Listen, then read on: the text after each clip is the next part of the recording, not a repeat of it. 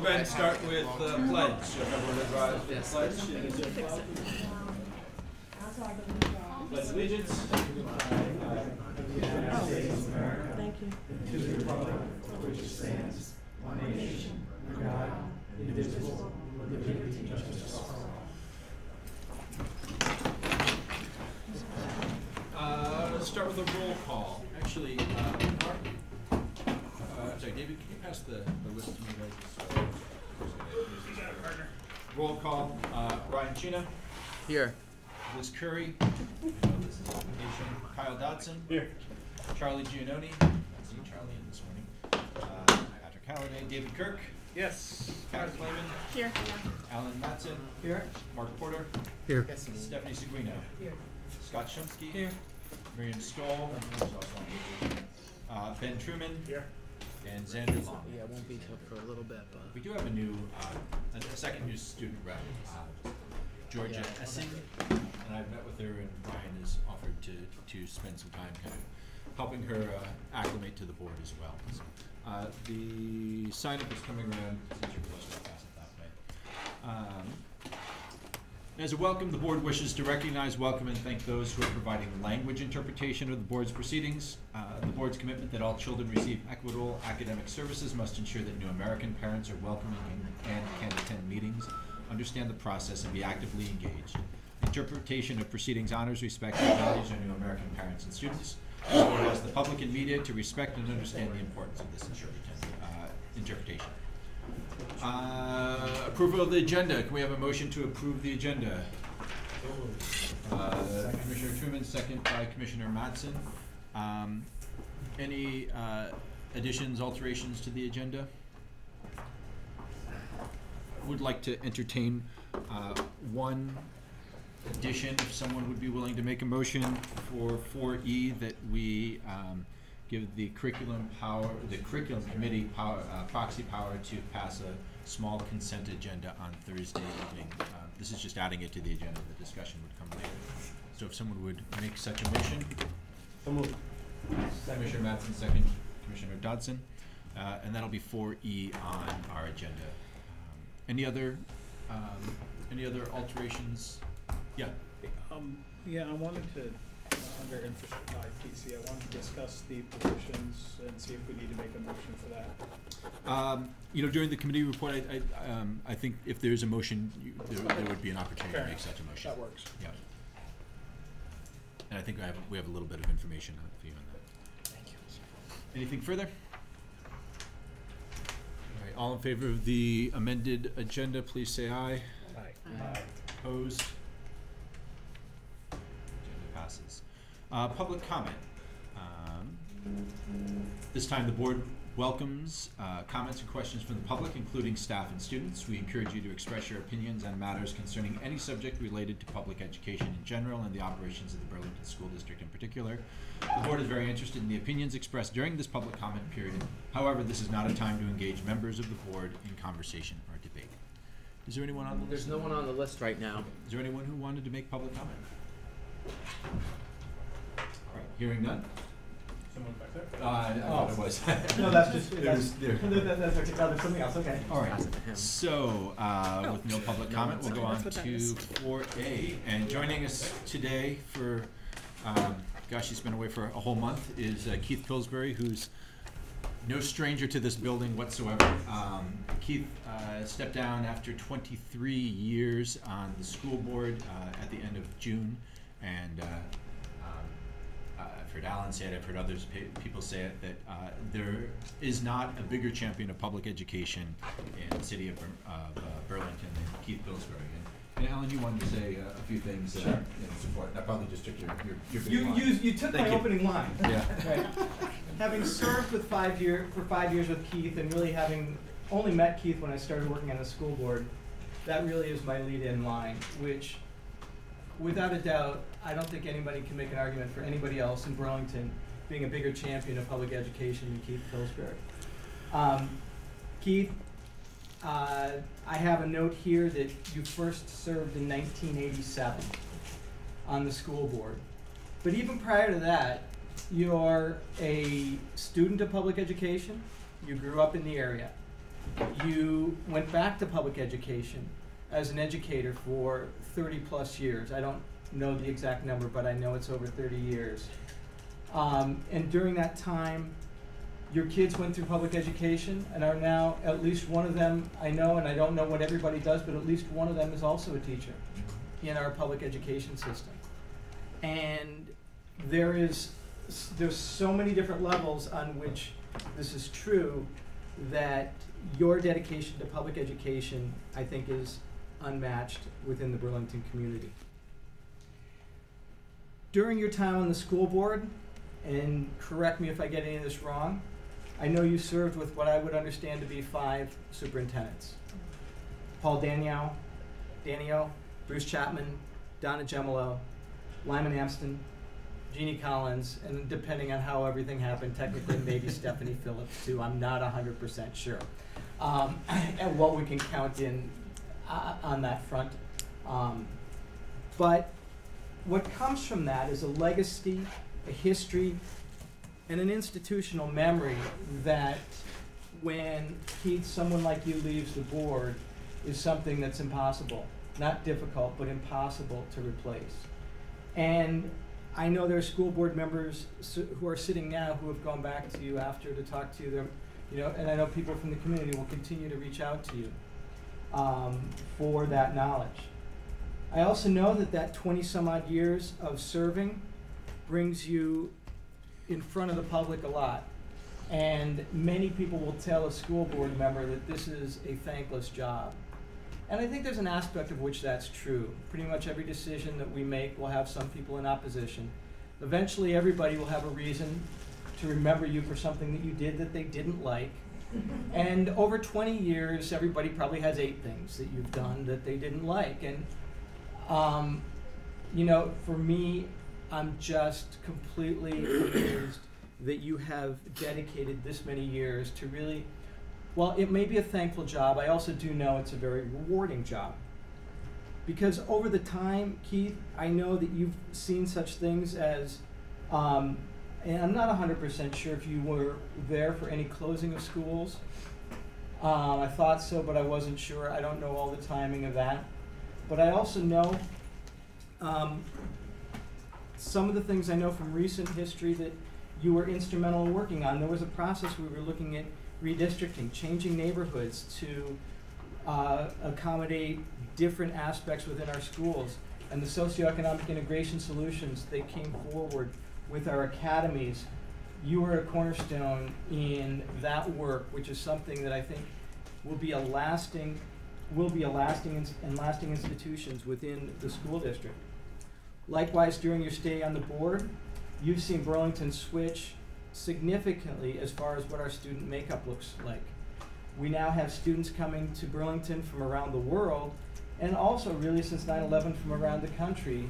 And this influx into the Burlington community has created pressures, many types of pressures, space pressures, budget pressures, and staffing pressures, and pressures on different axes on which we need to instruct our children who are now coming into the school district. And you've been a major part in all that we've put together for that and all that we've set up for the future. Additionally, during your time, you were also to get started on reinvigorating our capital spending to preserve our physical capital. I think there's been a lot of major work done in the time that just predating me on the board, and through that, both putting forward a strategic facilities plan that still has amazing value, although the community has not really grabbed onto it. There's still a lot of value in those documents that I think it's worth everybody understanding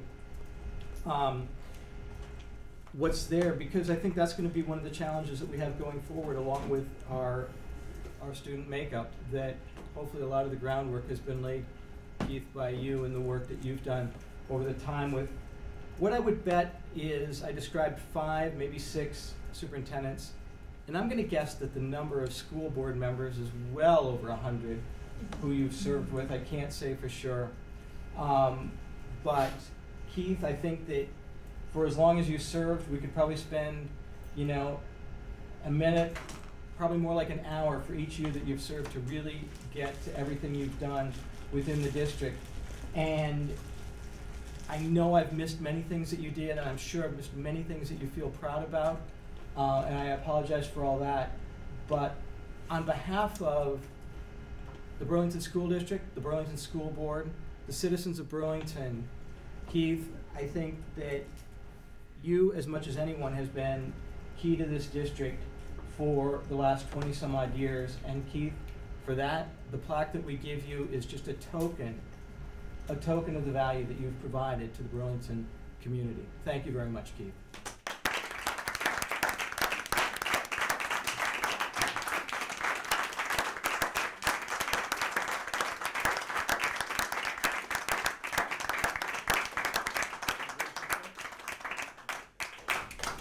Thank you, Robbie. I really appreciate those comments. And probably my constituents would like to say a few things. I'll try not to say too long. I want to thank my Ward 1 constituents for electing me 11 years to serve as your school commissioner since April of 1987. Ward 1 has been a consistent supporter of school budgets during my terms on the school board, and I thank you all. I also thank my wife Penny and 2 children for supporting me while doing my community service. Penny and I just celebrated our 41st wedding anniversary, and I suddenly realized I've been on the school board more than half of my married life. Together, board members over the last decade have developed budgets that invested in programs to support students, alternative programs, ELL teachers, advanced placement, and diversity personnel. Invested in our staff, established a livable wage and contracts, improved compensation,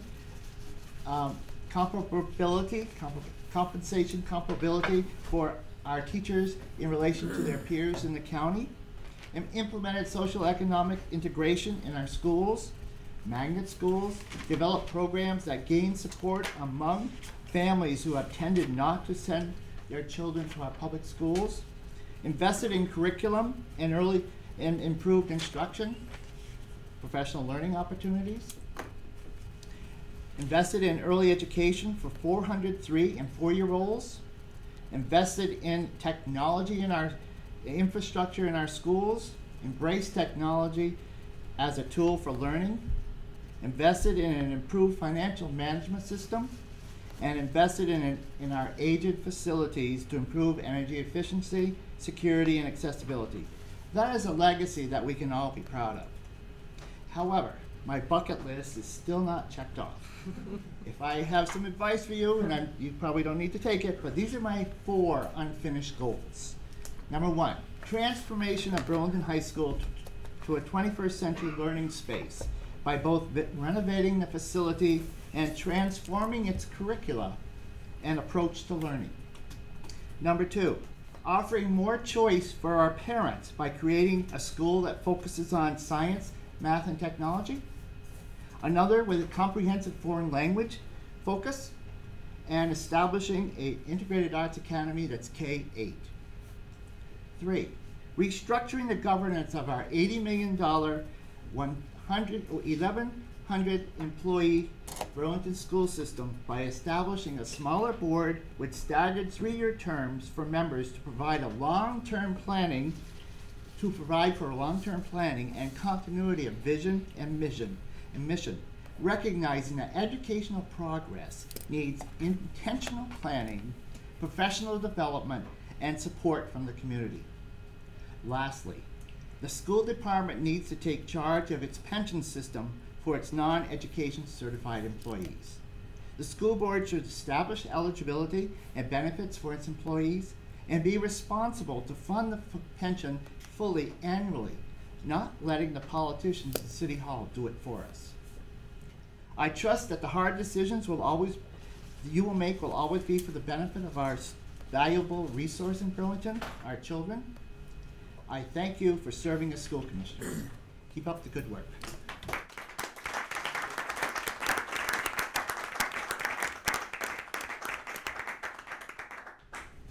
You know, I was sitting here, Keith, as you were talking, going around, and the entire board doesn't have 23 years of experience that's sitting on this board. 14 of us right now, or 13 of us right now. And we can smile at that, but it's also the institutional memory that you bring, and your years of service is it's unparalleled and deeply appreciated. So, moving on right now. Yeah, I'm sorry. I'd like to just say a couple words. I just started serving. I got elected this last town meeting day, and so this is my first term serving with Keith, and I've gotten to know Keith pretty well since we've been serving together.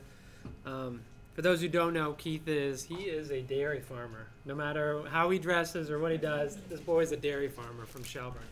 And when Keith was growing up, is that education's rooted in his past. Is his dad was so concerned about educational opportunities that his dad was working to get a high school for Shelburne to band with other communities. So from a young age, Keith was exposed to civic activism and the importance of education. When Keith was growing up, Shelburne High School had a graduating class of about 20 if you were a senior.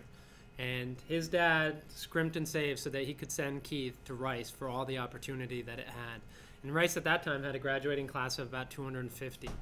So the amount of opportunities that Keith got by going there is he appreciated what it had. And I think we all see that for Keith is that he appreciated what he had, but he also understood that those kids who were still at Shelburne weren't getting the opportunity he was. And I think we can see that it helps you understand what drives Keith. He wants every kid to have that opportunity, you know, especially the ones who don't have a sensational parent like he did, who wanted to ensure that his kid got every opportunity that they deserved. And, you know, for a lot of folks, is Keith actually, I really respect and appreciate his service in the military. Keith served over in Vietnam. He was over there from 1969 and 1971. Keith also served, which a lot of people would be surprised, is he was a teacher down in North Carolina where he served in a district which was 40% white, 40% black, and 20% Native American. So Keith has experience with diversity from many, many years ago. And, you know, I learned all these things about Keith, which he's you know, he was talking about his 41st wedding anniversary that he just celebrated on August 3rd. He also just had a big family reunion. One of the things they did for the family reunion, they organized a farm tour because his family has so many roots in this state and they have owned and operated so many farms. They operated a farm tour. And it's like, I mean, but that's the type of person, you know, Keith is. It's like, he's just a fascinating person. And I got to know all this about Keith because of socializing with him. You know, and that's something that Keith was instilled in the newer board members when we got on here, is he said, you know, the board meeting is the board meeting, but we also have to get along. And I really respect and appreciate that about Keith, is that he really brought a lot of glue to this board in my mind.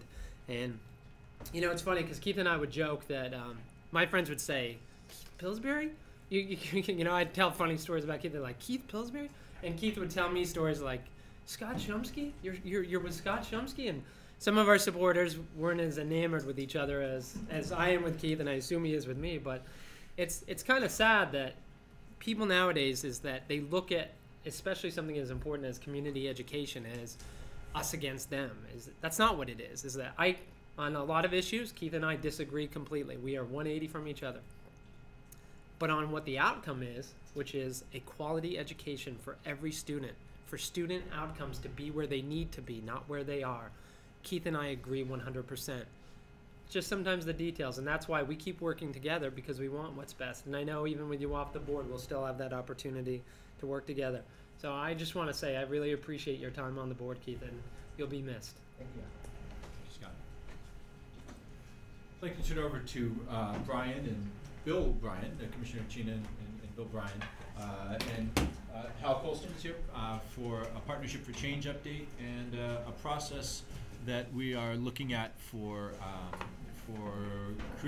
describing position analysis, creating new positions, defining the work that goes into that.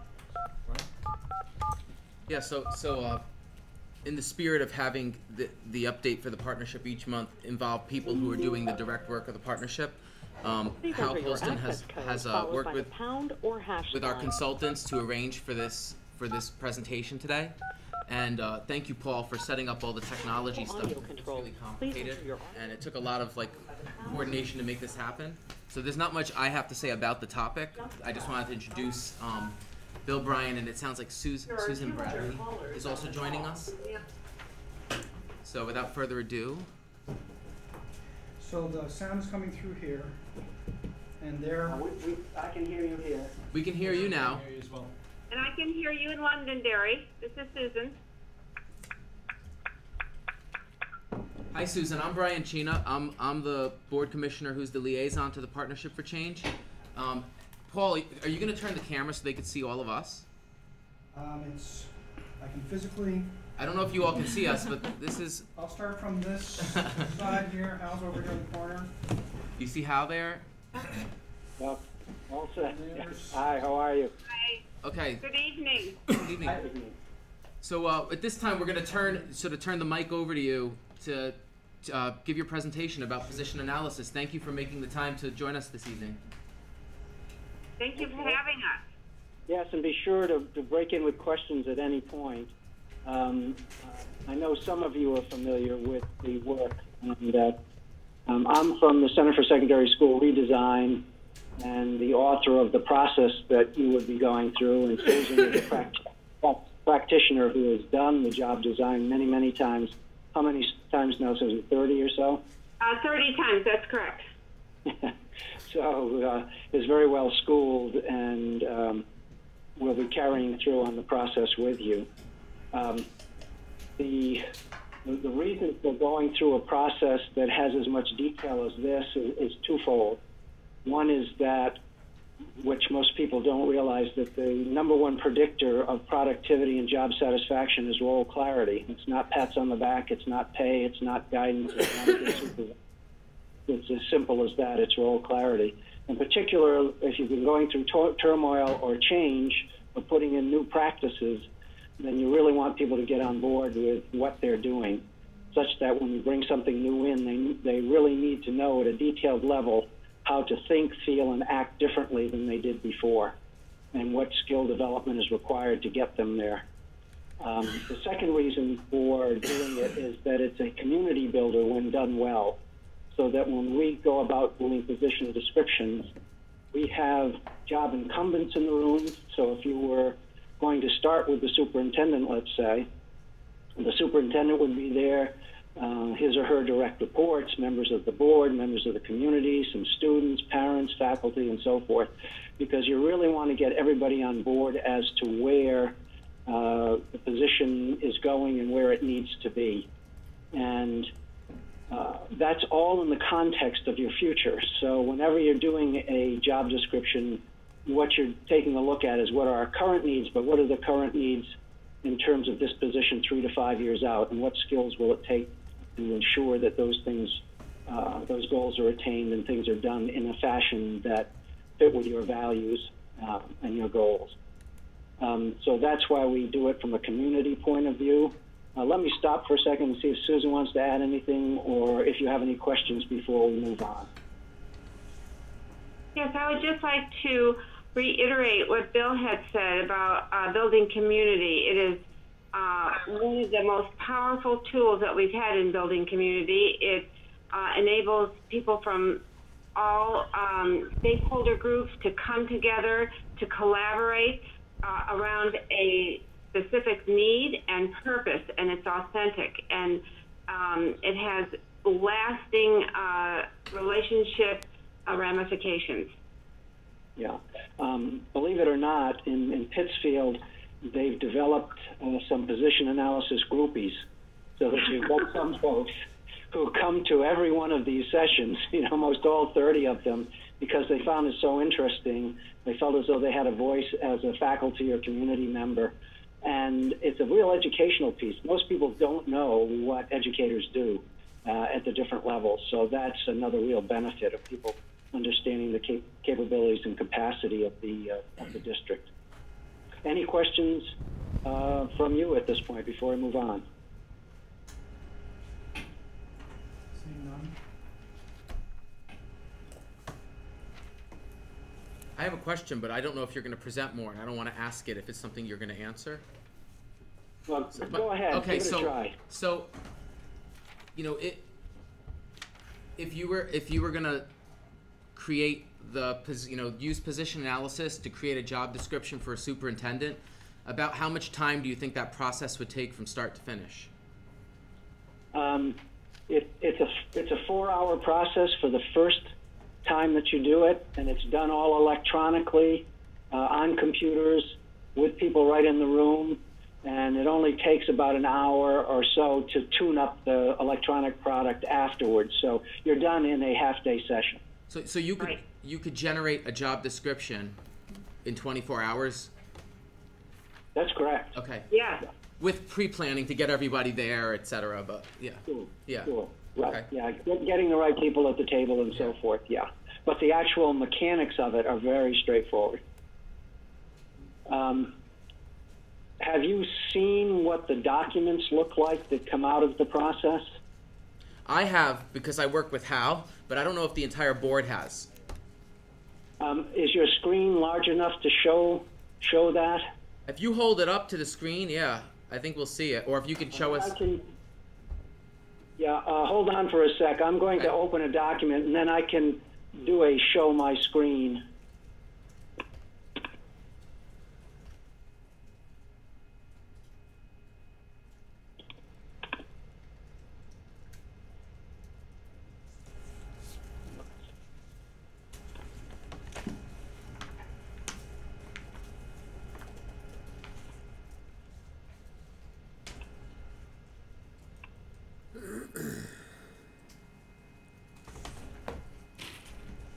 Let me know when it comes up. It should be a colored circle. We can see it now. It's kind of small, so if you can make it bigger, it would be helpful, but it's visible. Okay. Oops, let me see what I can do. Looks like rain's coming. It is.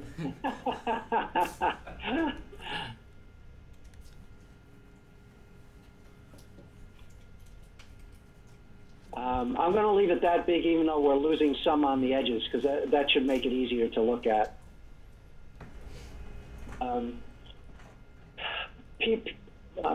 Once again, interrupt.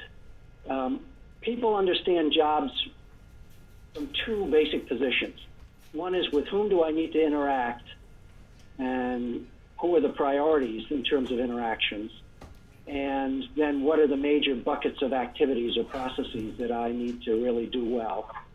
So the way we start the process is we create what's called a contact wheel.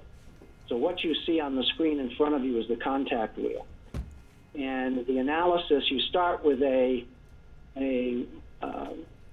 first time you do it, you start with a blank, the circles are all blank from middle, the inner, middle, and outer circle. And it takes about 4 jobs to get all the right positions that anyone in the district could interact with as a function of doing their job, whether it's a student or it's the superintendent. And you could also do the board. So you put those folks in the center. Now, I should mention that the recommendation is that you always start with students. So even if if we're doing the superintendent position analysis, and this is why it takes a little longer at the beginning, we say, imagine that the student's at the center, and with whom would the students interact? And you would list all of them. And that's why you see teachers, advisory teachers, unified art teachers, special ed, ELL coordinator, that's extended learning opportunity coordinator, paras, dean of operations, so forth, on that inner ring. And what the colors are representing is the level of importance of the interaction. If it's red, it's critical. If it's yellow, it's significant. If it's green, it's relevant. So for the superintendent at Pittsfield, the direct interactions with teachers is relevant. Most of the interactions are going to be with the deans. However, the dean of instruction, dean of operations, and the director of college and career readiness, who are also direct reports, which you can see because of the dark line around, are highly critical. So when you do one job to the next job, the words in the little items, little circles, don't change. In other words, teacher, advisory teacher, unified arts, dean of instruction, they stay in the exact same place, whether it's a superintendent, a parent, an athletic director, a teacher, whoever you have in the center. The reason for that is so that you get comparability of jobs, so that the only thing that changes is the colors. So now we put a teacher in the center, and all of those colors would change. You would see how the jobs change. And that's really important for people to understand what someone else's priorities are. And when you put them side by side, it jumps off the page. Oh, you have to work really closely with that person, and it's critical, whereas I guess I don't. And in some cases where, let's say, it's a red item for both, if it were read for both the superintendent and the teacher, the issue would then be, what do you do differently with that person? It's critical for both of us, but what do you do differently? So you get real clear boundaries between positions and what the accountabilities and responsibilities to each other are. So that's the starting point. Now you do the exact same thing, and we do all of this in this half-day workshop. We do the exact same thing for, this is what's called a process wheel, and it's got the major buckets of activities that people are involved in. Once again, the student would be put in the center first, so they have to master competencies, do classroom participation, time management, problem solving, communication, so forth and so on. And for them, that whole center little inner circle would be read. For the superintendent, classroom participation is just relevant. He isn't there very much. As far as attendance goes, he has very little to do with attendance unless it's a real issue. And on both of those circles, you probably saw the little dots. And on attendance, you can see that little red dot. What that shows is the dynamics of the position in terms of, does it on occasion flare up to a higher level priority? The solid colors reflect what it is on a day-to-day basis. The little dots show when it gets higher. And so people get an understanding, oh, on occasion, I've got to be tuned into that. So once again, everybody has a contact circle and a process circle. So let me stop there and see if there's any questions. From this is what we drive the text descriptions of what's important and what's not. And I would just add, it's during the work with the contact circle and the process, that the rich conversation that you have among all the stakeholders is what really builds that community, and also the understanding and the specificity of the job description. Yeah, that's a great point. The other thing that happens when you do this, because on the wall in front of you, you've got your values, your vision, your mission, your goals for the next 3 to 5 years. You're doing the priorities with that in mind. And what you often find is that the position needs to be reoriented, or in some cases, some major redesign may need to take place as you go through this process, because you'll have people in there who have to interact with the position saying, well, you're saying that, but you may not realize how my job has changed in my job dealing with you, and it's a whole different set of responsibilities. We, at Pittsfield, and Susan can tell more about this, we totally redesigned guidance based on going through this process to a much more effective structure and focus. Do you want me to talk about that? Let's see if there's any questions first. I have a question, and so in these inner circle, I guess how many people is it important? How broad of a swath of the community is important to have to participate in this process? And I guess the corollary to that is, so I'm looking at this inner circle of the superintendent. Although I'm having a hard time reading the names from a distance, is it important that every single person on that inner circle is present for that for this process, or how do you decide who's essential and who's less essential? I'll let Susan respond as well, but the key thing is who has to operate with that person in the center on a fairly regular basis, and who also may be, really an expert, has information that's really important about goals, where you're going, and can feed information into the process that everybody needs to hear.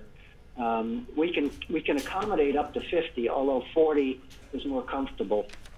But you do try to get a representative sample of as many people as you can in the process. Susan? Yes, for the superintendent's position, we had 40 people. There was a lot of interest in the community and in the teachers and administrators to tell the superintendent what to do and how he should and what his job should be. But you put out an email, or you reach out to the different stakeholder groups, community, non-parent members, teachers, para-educators, special education, and local businessmen. We also have a regular, as our state senator comes regularly. And so representative of the different stakeholders, and if as you get those replies that looks perhaps so that you don't have students, then we specifically reach out individually to those people in that stakeholder group. Yeah, whenever possible, we try to include students. Questions?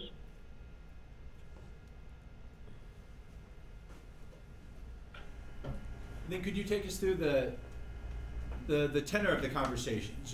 After folks are gathered together, what's the process and how does this? Where do we go from here to the position analysis? There's about a 10-minute overview of the process, so people have an understanding of where they are. We do some things in parallel, like we will be doing both the contact circle with the people and the process circle with the buckets of activities at the same time, and then people get a chance to look at each other's. So that takes a fair amount of time.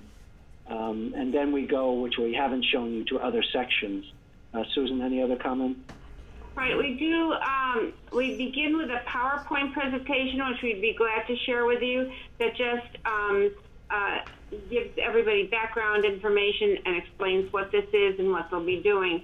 The conversation also would begin by, we usually start at, we'll say, teachers, and then we talk, the conversation around the table would be something like, so how, on a daily basis, how critical is the interfacing and interacting with teachers for the superintendent to be successful at his or her job? And then it goes from there. Well, it's critical every day, or sometimes, or so there's a discussion about that, and they'll say, well, why is that? You know, what happens? Yeah, and does it need to be strengthened? Right. The other thing that this is really helpful on, sometimes when you do this with a principal's position, you'll find that every single item on both charts is red. And that's craziness. You know, you just can't do that. And it goes to the issue of delegation and distributed leadership. And it really helps say, wait a minute, what can you turn from at least red to yellow? And who else could manage that so that you can focus on the things that you really need to focus on? So it's a very good tool for helping people to take things off their plate and realign priorities across jobs. There are no questions. I'm going to take this one down. Actually, Bill, I've got one quick question. I'm still thinking, so it seems like such a powerful part of the process, and Susan, is the building of community. And as I think about the potential of a process like this in Burlington, this is my read of things. I might be off, but unfortunately, I think our community is currently in a fairly low trust circumstance, and at some level, because of that, the 40 feels kind of arbitrary, right? If it's 10, then it could be 20. If it's 20, it could be 40. But I can imagine us assembling 40 people and still having a lot of community members feeling like their interest and their voice was not represented. So you do this whole thing to achieve something, and it actually doesn't achieve that. Have you ever run into that, or how would one address that? Well, I have run into that. You've got several options, and I'll tell you what the preferred one is. You can run it more than once and combine the results. Or you can, try to get the best representatives of the community they're seen as leaders within the community that people trust, so that they know who's at the table. And then we definitely do this. Pittsfield, Susan did this. You absolutely vet the product. It's not a final product when it comes out. It's a final in terms of the documentation and looking polished and things like that, but it's not final in terms of the content. Then it's a matter of vetting it, doing separate vetting sessions with folks, getting the input, and that's the more common way of doing it. Right, and we have set up times that we put out to the community. We'll be in room 126 on these days. From this time, please come in, and we'll and you can vet and give suggestions, and then we incorporate those into the product and send it out again. There's a refinement and vetting, refinement and vetting. That's helpful, thanks. So, Patrick, how much more time do we have tonight? We do still have a couple of fairly lengthy presentations that we will be having tonight. So I think it's important to get to the kind of the what's essential for us to understand of this process. And I know from talking with you previously, Bill, that this is at least around our it's germane to our discussion on superintendent search and also for issues of evaluation. And I think explaining that to the board would be of value. Okay, well, let me just hit a couple other things quickly, because once you have the circles, there's some other pieces of information. Can you, is a document called position summary, did that pop up in front of you? Yeah. Once you've gone through this, I'm going to skip over this for a sec. Here's the circles that are part of the job description. This is a summary piece that we have, but I'm going to jump over that because we do something else. People tend to think of their roles actually less in terms of discrete tasks than they do roles. So once you do the circles, the thing you ask people very quickly, I won't spend a lot of time on this, is what roles would it take that have to be done really well for this person in the center of those two circles to manage all the reds that in terms of the people who are designated as critical and the most critical buckets of activities and tasks. Because we do know that if you can do the reds, forget about the yellows, forget about the greens, they'll take care of themselves. So what you see in front of you now is called a role prioritization chart, and a lot of research has gone into this. There's about 29 different roles that you'll find in a district, and anybody at any point in time, like a principal, may have to wear 5 or 6 hats in a week or take on roles. So what we do is we say, what does it take to manage those red ones really well? What roles are critical? And in this case, for the superintendent, it was advisor, consultant, expert. And I don't know if you can see this. It's shaded a light blue. Coach, designer, evaluator, champion, leader. So we highlight the roles that are critical. And what we do right on the spot is we look at the definitions for those roles.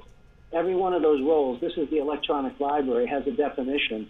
And if we say that's a really critical role, do these particular descriptors fit? Are these the right tasks that superintendent is supposed to be doing in that role? So now we're getting more traditional type of information. We've gone from the priorities of people and processes to wearing hats that allow those processes and people to be managed well. And I'm going to move on from there, because if you've got a role, then the question is, what are the skills that are required? And there are 30 skills that we have found, knowledge, skills, and talents that are absolutely critical to be able to manage different roles. And in this case, those that are in tan are critical for the superintendent managing the roles. Those, and I don't know if you can see them, but there are some that are in bold, like accurate empathy, which is really reading other people well. And accurate empathy is bolded and italicized. Those that are bolded and italicized, based on how they are described, the behavioral indicators that define what that skill is, indicates that it's pretty hard to train. So back to your question now about hiring. It's really important to understand for any position what are the trainables versus non-trainable. And I say non-trainable with a bit of a caveat that if there's a torch under somebody long enough, hard enough, it's important enough, anybody can get better at something. But if it's not natural to you, and you do, let's say you're not adaptable, like the second item under accurate empathy, being adaptable, flexible, that's pretty much a personality factor. It's really hard to train. If in your new superintendent you see that that's an issue, then we can measure that with somebody who comes in the door, how flexible they are or not, which is a whole other discussion for how do you measure somebody's capabilities. But once again, like the roles, we have the behavioral descriptions, and during that 4-hour process, we look at these and see if any need to be adjusted. Do we drop them? Do we tweak them for your particular district and how this job is being designed? So at the end of the day, you've got the circles with priorities, You've got roles and the role priorities, and you've tweaked the definitions of those. You've got the critical knowledge, skills, and talents. So all of this goes to immediately the professional development, but also immediately for hiring purposes. Now you have a really tight standard by which to assess, and then the only issue at hand is, do we have the methodology to accurately assess whether they have this right stuff that we've identified? Thank you. Questions or comments?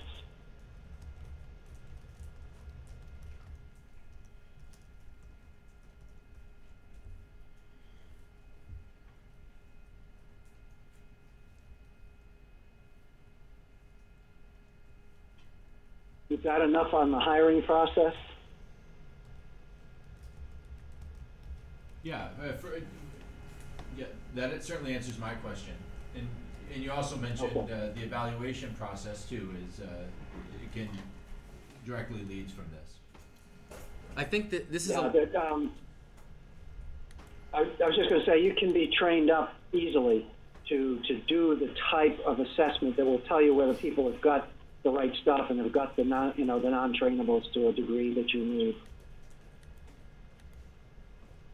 So what I was going to say is I think this is a lot for people to digest in one presentation, and someone just asked me if there's some documents that could be provided to the board, and I know that Hal's shared stuff with me before, so maybe we could look into providing the board with some more written information to review and look over, since this is something that the partnership's going to be doing over time. Maybe we can get that out to the board, and people could digest, what they heard tonight, read and digest some more information. And I'm thinking we probably will have more questions for you down the road. But, I'm looking around the room right now. It looks like people have, taken in a lot and, probably need time to think about it. I see heads nodding, so. Sure. But thank you for making the time. Does anybody have any final questions or comments before we move on? Yeah, I think the big thing would be like the political question that came up and dealing with communication and buy-in issues is the concerns that you might have for the level of engagement of folks, so that that we build that into the process. The mechanics of it, the technology of it is easy. It's more the community building that takes the real thought. I actually just have a question for Hal, just to kind of put this in context for people before we move on. And so Hal, could you just say something quickly about how position analysis fits in with what the partnership's been doing and where you're going with it? Like just something brief so the board understands why this was brought tonight, not just for the superintendent, but in general? Well, what attracted me about this process when we first learned about Pittsfield doing this work over a year ago is that it really focuses on the student. And creating a student-centered learning system. How do all of the positions by category, professional, paraprofessional, support that? So this is a great way to come up with 21st century job descriptions that fit the direction of where we're moving as a district. Thank you. Thank you, Bill. Thank you, Susan. Appreciate your time. Yeah, thank you very much. Okay, Hal, if you need anything, just give a call. Will do. Thank you. Good night. Okay. Thank you. Bye-bye. Bye. And one of the things, as we're moving into, Nikki and Brian are going to be presenting on the steps that they've found they've made so far in putting together a process for the superintendent hire. One of the things in my discussions with these two, but also with others in the community who have been engaged in this work, is the essential need of having a position analysis, a position description, and clarity around that description, and understanding what the job is, and the difficulty in doing that. And it's Hal brought this forward as a way to think about really getting some clarity around what the job is of what we're doing. So we're going to move now to have Commissioner Chena and Ms. Fuller present to us this evening on the work that they've done so far, update on the superintendent search. They've put forward a particular protocol that they'd like to use this evening called the tuning protocol.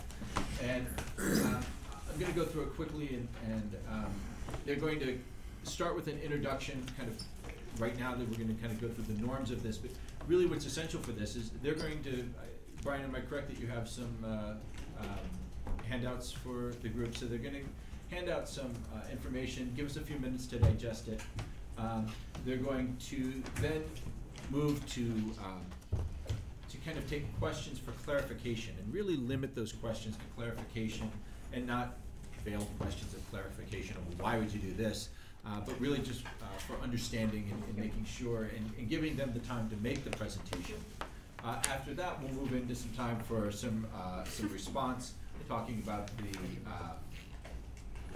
the things that were particularly helpful, the questions or the concerns that we have moving forward, and a chance for us to engage with Brian and Nikki more fully on what they've had here. And I do want to, I'm going to be quiet here for a minute and let people do this, take a look at this, but they've put in many hours of work on this side to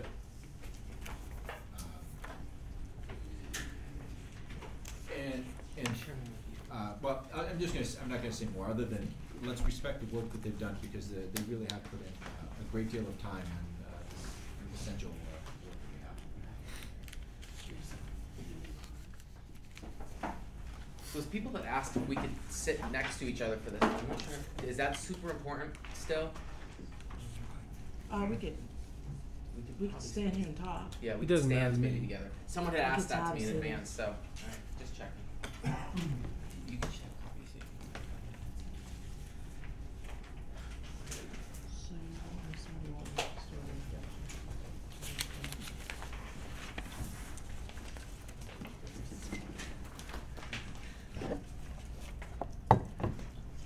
So the process that Nikki presented to you, I thought that it was that we were going to present and then people were going to have time to look this over. Oh, I'm sorry. It's okay. So that being said, I think we should start. Okay. And then we're going to so give. You know what you're looking at. Yeah, and we're going to give people.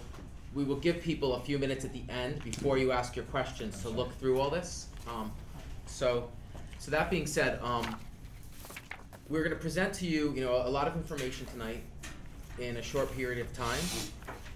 It's the summation of, us meeting since our last board meeting and being charged with the task of coming up with a plan.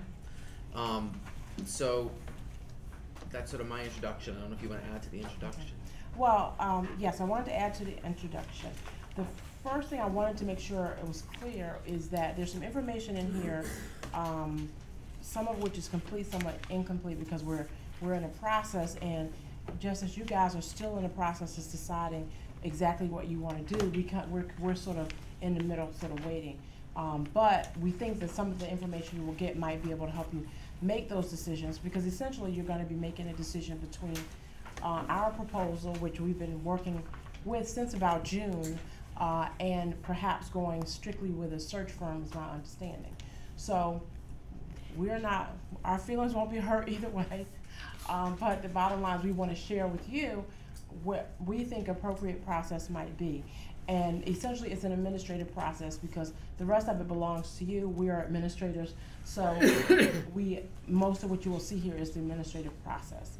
And the first thing I want to point out is the front page of your packet is in fact the front page that we're currently working on, a sort of invitation to apply that will be being sent out across the country to various places, inviting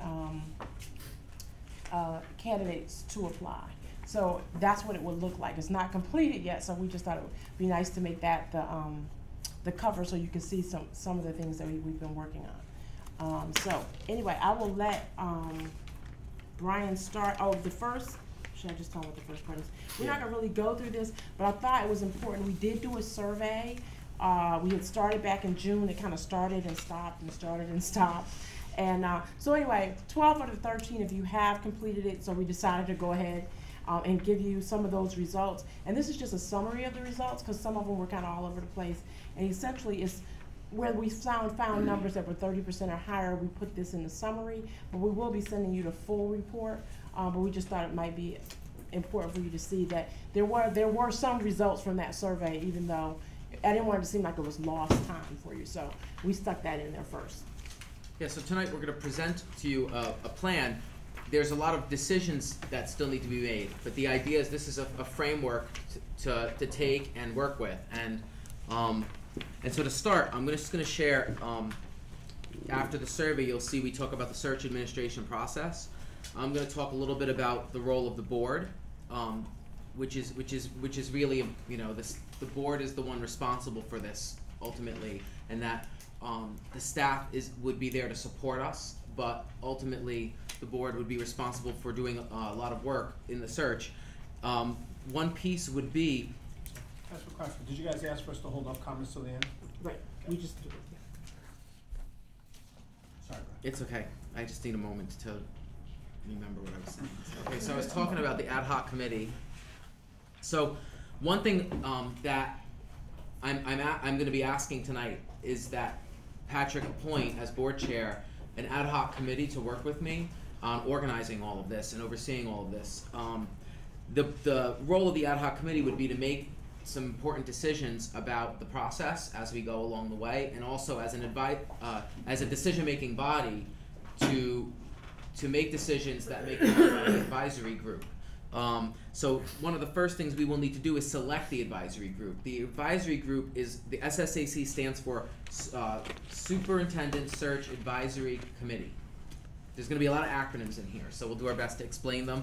And if people have trouble, I've had trouble learning them all. So SSAC, Superintendent Search Advisory Committee. And this would be a committee that consists of some board members, teachers, building administrators, students or parents, community members. Basically, it's standard procedure in a search to have an advisory committee like this that sort of is involved in the community input process, the interviews, and makes recommendations to the board about potential candidates, and does screening of candidates, etc.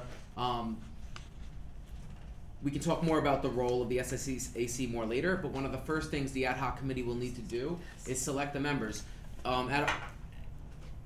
There was some questions from the board around who's picking the SSAC. So something we will need to decide is how are we going to pick the SSAC, and if we do it in a committee, like if the ad hoc committee as a group does it, then it's a public meeting, which means we're going to be talking about 70 nominees on the record and deciding who should or shouldn't. Patrick's going to read a statement from Miriam later in which she's suggesting that we identify stakeholders who pick people, but then we're creating a representative body, and there's some complications to that. So we would recommend that a committee not select this, but maybe like the board chair, myself, and staff, or a smaller group that's not a committee. There's ways, and Nikki can give us some advice about the sort of human resources perspective on that, but that's a decision we're going to have to make tonight about what are we instructing the ad hoc committee to do in terms of that piece. But it will be the ad hoc committee's responsibility to assemble that committee ASAP, because we need to get things rolling, and you'll see the timeline we're presenting in a little bit. Another piece of what the I just wanted to also add that we have had on the press waiting to send out for all the nominations that were sent to you. We do have an email as well as a short questionnaire for people to answer. So as soon as we can send that out and get those answers back, whoever we choose to have select the SSAC will have that information and can do so fairly quickly. But again, we're waiting on you guys to let us know. We didn't want to just send it out and have people waiting around wondering what was going on. So that's ready to go. Yeah, so our hope tonight is that once we make some important decisions as a group tonight, that we're going to get on the fast track here. So another piece is selecting the search firm. So this ad hoc committee will need to review bids, and this will be done publicly because, you know, our bids are reviewed in a public process. Nikki has done a lot of work to prepare, what is it called, RFP? An RFP for us to look at. We can choose to use the one she wrote or revisit it, but she's prepared that. And Nikki has also done some research into search firms, and I think Miriam has also looked at some search firms, so we can certainly take all the work everyone has done and look at a wide range of search firms, send out the RFPs, but the idea is that the ad hoc committee would make that decision and then recommend to the board who we use as for a search firm. We are recommending that we use a search firm. What we are recommending though is that we use a search firm selectively and not to oversee everything. So So working with the DHA is the District Hiring Administrator. That's me. Okay, so the ad hoc committee would be working with Nikki, who would then, we will talk in a minute about what she's doing administratively. And also, the ad hoc committee would be responsible for overseeing the budget of the search. So the idea is that the board would approve sort of a certain amount, but specific decisions would be brought to the ad hoc committee. For example, you know, is this okay to spend on food? Is this, you know, are we? I'm not sure they want to do that, but okay. Yeah, but that kind of, the idea is like, you know, this is the food budget, you know, this is what we're looking at, this is how we want to spend it, and a board committee would oversee that, and it wouldn't just be a decision made by staff or myself independently. Especially on some of the larger items. Exactly. Like travel and things like that. Yeah, when it's more important, I brought up a small piece, it's going to be more important when we look at who the finalists are and how much can we spend on bringing people here, going to see people, who gets to go, etc. And one last thing I want to say about board involvement before I let Nikki speak more about staff involvement is that the ad hoc committee would be expected to participate in community input sessions, which is going to be part of the process where we are engaging the community in constructing sort of the, it's not just the job description, but what we're looking for from a superintendent, that the ad hoc committee would be considered essential in that process, but the board as a whole also would be asked to participate in some way if possible. So maybe if each board member could come to one community input session and be there. So I'm going to let Nikki speak more about the. Oh, okay. I'm going to skip ahead in our process to what the chairperson does. So this is sort of what I would be responsible for. So the idea is that I would be responsible for being the chairperson of the ad hoc committee and the SSAC, and being a link between the board ad hoc committee and this community advisory group. So that would be, it says appointing the members as a member of the ad hoc committee, but the idea is that the decision would be made by the committee, right? Establishing a timeline for the search process in consultation with the DHA and the search consultant. So we have a preliminary timeline here, but that may need to be adjusted. Right. Working closely with the DHA and search consultant throughout the recruitment and selection process. So my job would basically be a link between you all and the staff around the search. So it would be my job to make sure you're all informed. So you see next communicating with the ad hoc committee, but it's communicating with the board in general. So my duty would be to make sure that you're as informed as possible about what's going on, and also to make sure that your directions are being carried out in all the work that's being done around the search, and that your concerns are being addressed. So I would be like a point person for the board through the process. And if I could add, with regard to the ad hoc committee, after some time and looking at the process, we determined that it would be helpful to have an ad hoc committee, largely because the board doesn't meet but once a month. And this process is far too fluid for us to have to wait once a month to figure out what you want to do. So the hope is that you'll have an ad hoc committee that you can trust will make the decisions based on the desires and goals of the board. But we really think it's imperative that we have a committee that we can go to and check in with, so that we don't have this feeling and we're just running off doing what we want to do. So it's really important that we have that ad hoc committee. Exactly what that committee, how it wants to serve, is certainly up to you. As for my role, I'm known as the District Hiring Administrator. I have lots of titles.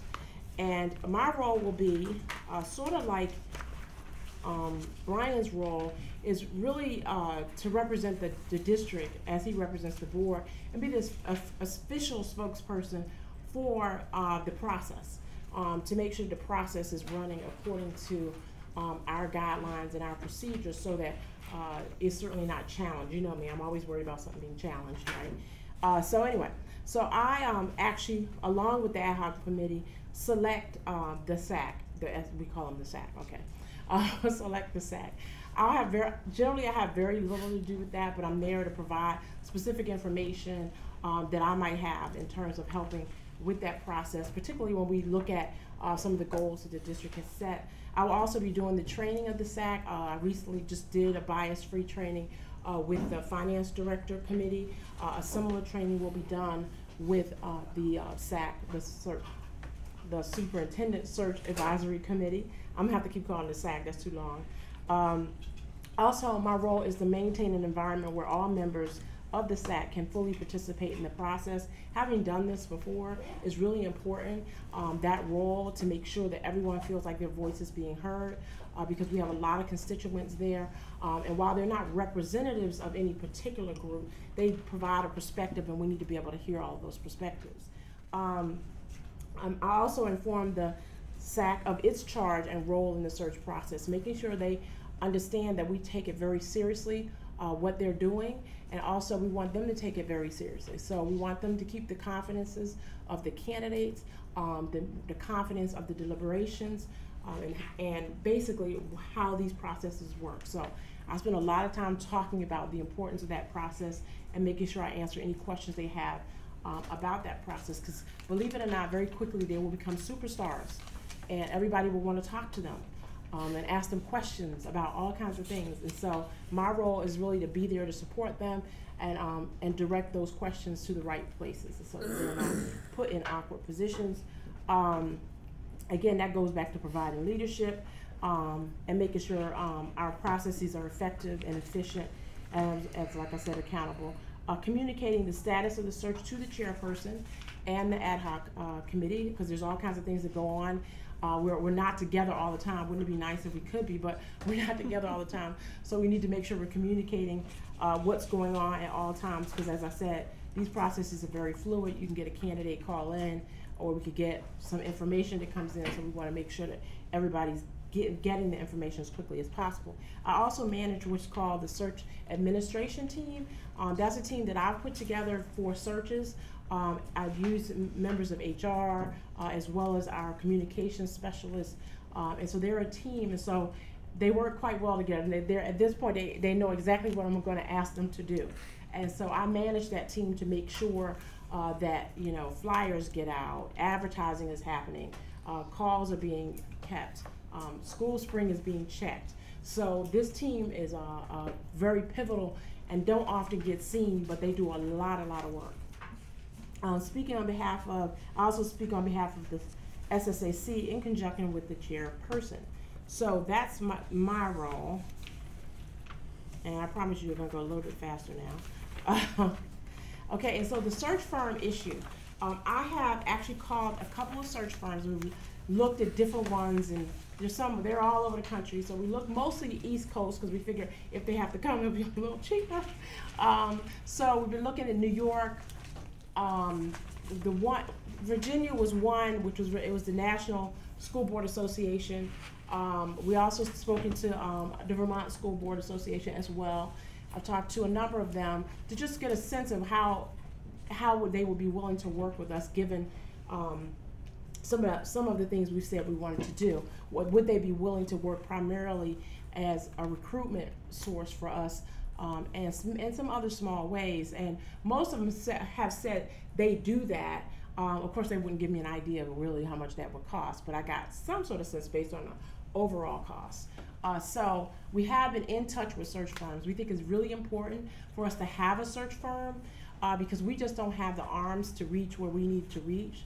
It is my belief, and I think Brian agrees, that our school district is quite dynamic, and it's turning into, it is now an urban district high school. And so we need to really start looking wide for who might be that person who can lead us as our district changes. And we just don't have the resources to do that. And so we think a search firm would be a great place, because they would probably have lots of people that they can reach and help us to find those candidates and help us vet some of those candidates. And given that they deal with superintendents a lot, they might be able to say to us, this is the type of candidate you might need for your school or not. Do we have to take that advice? No, but I think it's great to have that advice. So we certainly think it's important to have a search firm, at least for that limited purpose. Yeah, go ahead. So I'm going to talk about the SAC now. So the idea for the SAC that we have is that there would be no less than 10 people, but no more than 14. And the board had asked some questions about what are the criteria in selecting this group. So we made a list here of some of the basic criteria we'd be looking at. Up to 2 board members, 1 elementary principal, 1 middle high school principal, and 1 district administrator, 1 classroom teacher, and 1 special educator, 2 parents or students or community members of the district or any combination thereof. We would want to keep in mind that we want members from diverse backgrounds, including persons with disabilities or those who may speak a first language other than English, if possible. Members that reflect a gender balance, representative of the Partnership for Change, and a member of the Office of Diversity, Equity, and Community Partnership. So those are criteria we came up with. Certainly, if the board wanted to give feedback around the criteria, tonight would be a good time because we could take that into account. And ultimately, you know, when we decide who's going to make this selection, they would be looking at these criteria that the board has approved in their selection process, and would need to be able to explain to us, if need be, how these criteria are addressed. But once again, my concern about the committee as a whole doing it is that we would be talking about 70 people publicly and how they meet these criteria, which might make people feel uncomfortable having been nominated and kind of talked about that way. But these are our criteria that we're looking at for the selection of that committee at this time. The search administration team, that's your area. So maybe well, I just sort of talked about the search administration team. As I said, they communicate with the SAC. They do the scheduling of meetings and coordination of activities. And as you'll see when you get down to the timeline, there's a number of input sessions, so they become very valuable to us in terms of helping us to conduct the input sessions. Also, they maintain the website, which is up, I believe, but we just have nothing on it yet. So we haven't put anything on it yet, but it is up. And also, they will be monitoring the Let's Talk button. Some of you don't know what that is, but some of you do. The Let's Talk button, they'll be monitoring that to see if there's questions regarding the superintendent search there as well. So I won't go into a lot about that, but they serve a great purpose there. And then finally, the bias-free hiring training. Again, I already mentioned, I've already done the training. Our goal will be to have the first training the week of September 1st. If we could have that committee all set, we will be doing part 1 because we discovered, as I was doing the finance director one, that if too much time goes when we get to the second part of actually reviewing applications, people have forgotten it. So we just broke it into 2. So it's not like 2 big ones, it's 2 smaller ones, okay? And then our proposed timeline. The timeline is very, very drafty, okay? We just sort of took dates, tried to work with them. We know that once we get a SAC, those dates might change. Things might, all kinds of things could change, especially once the school year starts. But essentially what we would like to do is at least, hopefully, if by the time we leave here, we know what direction we're going in, is to get the RFP out by the end of this week so that there's enough time for us to get a search firm engaged in the process. They don't need to be engaged right now, but we want to get them engaged as soon as possible. And definitely by the time we do community input sessions, we want a search firm to be assisting with that. So it's one of the first things we need to do is the ad hoc committee needs to get the RFPs out and start looking at that. Because we will be starting the goal is to be starting the community input sessions starting September 13th. And the way it'll work is September 13th is actually a Saturday, so there'll be 2 sessions on that Saturday. We know it sounds, most people don't like Saturdays, but there's a lot of people who simply can't do the weekdays. And so the sessions will be on a Saturday. There'll be 2. They will be simultaneously. That's how all of these are going to work. Because in the past, we've tried to have just my office and me try to do this one here, and we do 10 sessions in like 10 days, and we're all exhausted, and it's just a mess. So what we're going to do is do them simultaneously using facilitators so that we'll have a set agenda of how we do these input sessions, but there'll be different facilitators at different locations. So that way we get them done quickly, but everybody's not worn out at the end from running across the city. So for example, on a Saturday, we might say we have one at Burlington High School and one at another end of town, at Champlain School or wherever the location is on that Saturday. Then we will also have another session scheduled, I believe, if I can see it, glasses. The next session would be September 18th, and that's really designed for teachers and students and some parents who would prefer to do the meetings at 3:30 because a lot of times we miss, once the teachers leave, they don't want to come back.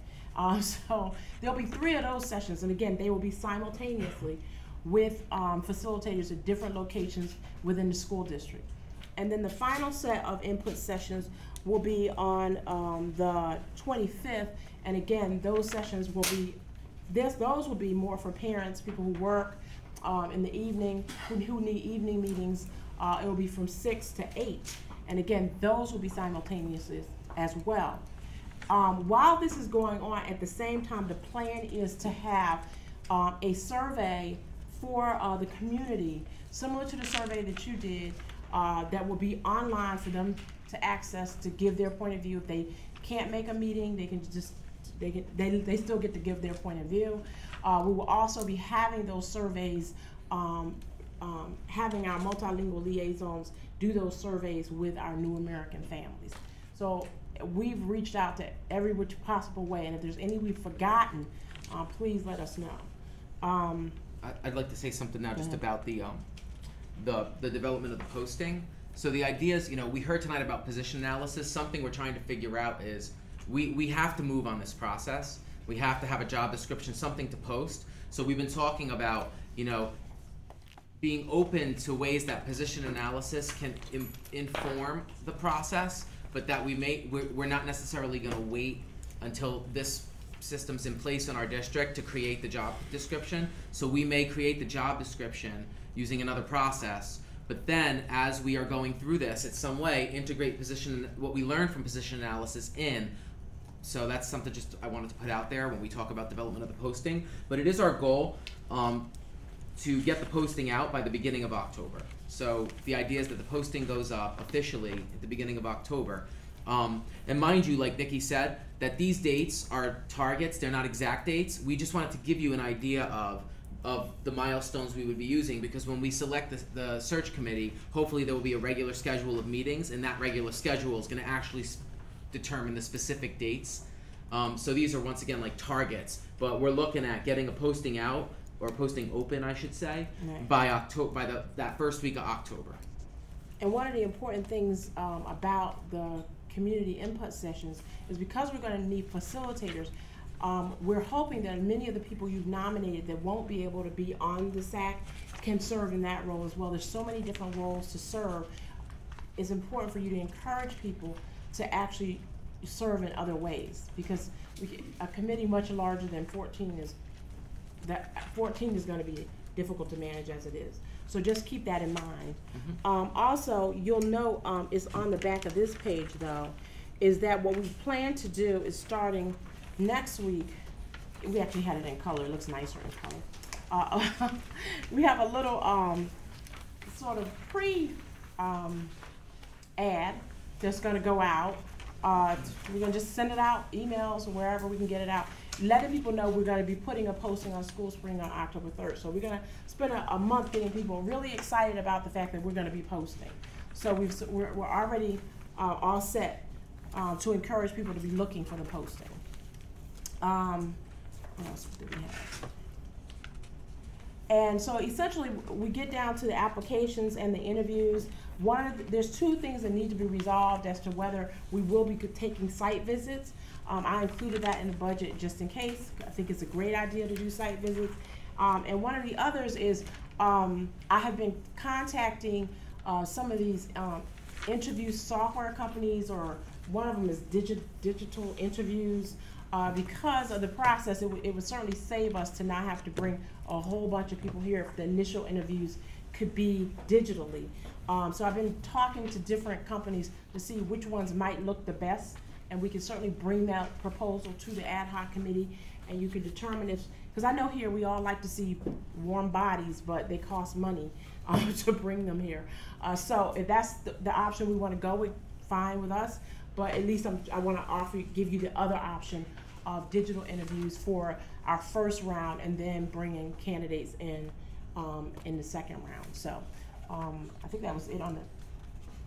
Yeah, I think we covered enough, and there might be clarifying questions that give people more info that they need. The last thing I think we need to look at is the budget, which is at your last page. And once again, this is an estimated budget. This budget, just so you know, this is, when we talk about search consultant, we're talking, this is a ballpark figure because Nikki had a hard time getting them to give an exact estimate. But the idea is that for what we'd be looking for from a consultant, this is a ballpark figure. If we want a search firm to do more work than this, it's going to go up significantly, that number, because we, you know, in our plan now, we're talking about using our own staff and our own resources to do a lot of the administrative work. And if they have to take on administrative work, they're going to charge for that. In fact, they may, and you can speak more about this, but they may actually then delegate that back to our staff but charge us. So this is one of the reasons why we're talking about, you know, just using our staff for certain things, because from Nikki's experience, and you can speak more about this, I don't want to speak for you, but she's had experiences where they, you know, they take on administrative work, but then they're asking our staff to do work that they're, you know, that they're getting paid for. So, so if you can look here, we included some general categories, and if people have specific questions about them, we can get into it. I'm not going to go through each one right now.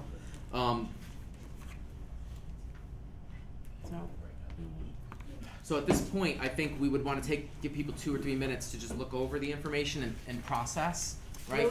There was one per page.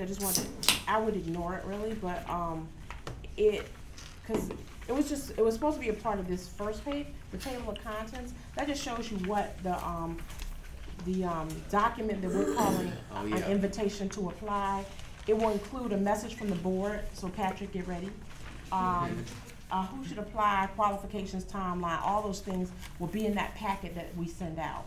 We really want to make us look good, so we're going to have all kinds of ways that we're going to be sending out information ourselves in addition to the search firm. Right. So we think that with this work, we're going to attract some really great candidates. So. Yeah, and on that note, I wanted to point out the cards that Nikki handed out because we're trying. The idea here is, you know, a big part of finding a good leader is you want to come at it from as many fronts as you can. And we have the search firm doing their official recruitment, but we also need to look at other ways of reaching out and networking. So something that the district has done is created these cards where people can kind of, if they see someone they think is doing a good job that would fit well in our district, they can kind of give them these recruitment cards. So I just share this with you because we could share those with you for this purpose as well. Many of you go to conferences and meet great people, and if you meet somebody who says, "Oh yeah, I was a superintendent. I'm a superintendent at CVU." No, I'm just kidding. I'm a superintendent at whatever school, or you're down visiting family. You meet someone to just basically what you do is you just give them this card saying, "Hey, we noticed. We really like you," and ask them if they, you know, give them this part of the card, and you take down their information on this part of the card, and then you send them to us, and we'll make contact. So we have plenty of them. So if you think you're going away and think you might want to do a little recruiting, because I think it's everybody's job to recruit, come grab a few cards and take them with you. And introduce yourself and say, nobody, I can't imagine somebody saying, be careful though, because it does say we want you, but it does say Burlington School District, so I stand back as I'm doing it a little bit, but it's I think it's a great tool, and we have actually gotten people contacted because of this, so please take a few cards. Yeah, and I bring that up because regardless of what we decide about how we want to proceed, the networking needs to start yesterday, you know? So the idea of getting out there that we're looking for a leader, even if we're not clear about the exact job description, there's still a superintendent, and there's like some basic duties of a superintendent that are common to the job. And I sent you all some information that Miriam had sent me about those basic duties. So people should just, you know, get the word out there and start working through their social networks that we're looking for a superintendent and encouraging people to sort of spread the word organically. So that's why I brought that up at the end. So that being said, we're really going to give you 2 minutes of silence now. I'll look at the clock if that's okay, or you can look as the facilitator. Oh, let us know when you're ready. Yeah. I'm actually going to take a break if that's cool.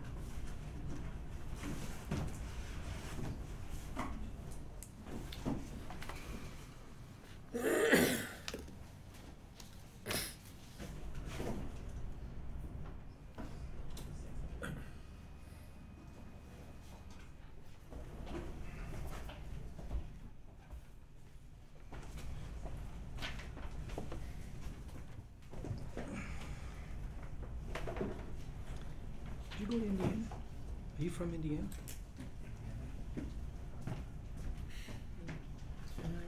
All right, so let's go ahead and I'm going to ask questions right now to be limited strictly to the clarifying and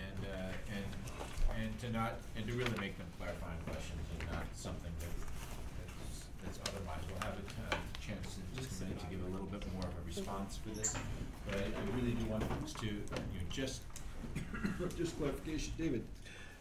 Then I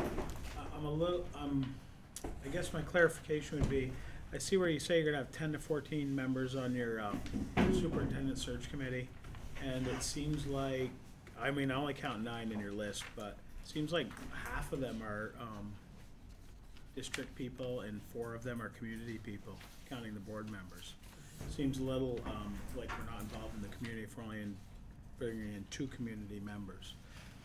So I had a similar question. Let me phrase it a little bit different way. If I had 2 plus 3 plus 2 plus 2, I get 9. I'm assuming that when you say 15 or up to 14, that those other 5 Right, it doesn't. would be wider community You're not members. including the Partnership for Change person on the bottom, that would be the 10th. It could be Partnership for Change. There's Partnership 2 for more Change staff people you're community. forgetting, so ultimately there's like 3 or 4 people we didn't account for, and I'm sorry, and so I Can we think, account for them? huh? Can we account for Well, I think that's the SAC's job, is to determine who would round out the committee. That's how I was viewing it, so I was leaving it, my take was we were leaving it kind of open. If the board wants some more clarity about who every seat should be, then the board can make that decision, you know?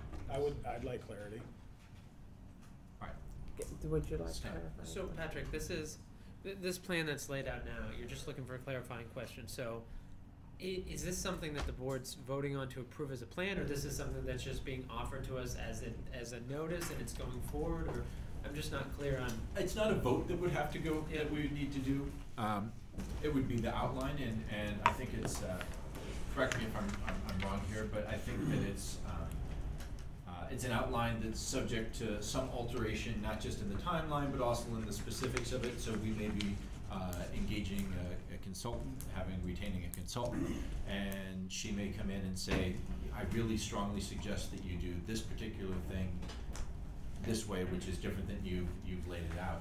I will say that I've had conversations with 3 different people now who run these, who have run them, 2 in state, 1 from the Midwest, and this is what you see in front of you is certainly within the realm of normal for what those searches might look like. And just to speak to your question about the process, I believe the process we have set out tonight, there's going to be a period of time coming up where we're going to have a discussion about the plan. So as far as I'm concerned, it's all like the board can say that we don't want to do any of this, and we're going to, have David go out and figure out a whole new plan. Like, this is just a recommendation that Nikki and I are bringing to you that's totally subject for change.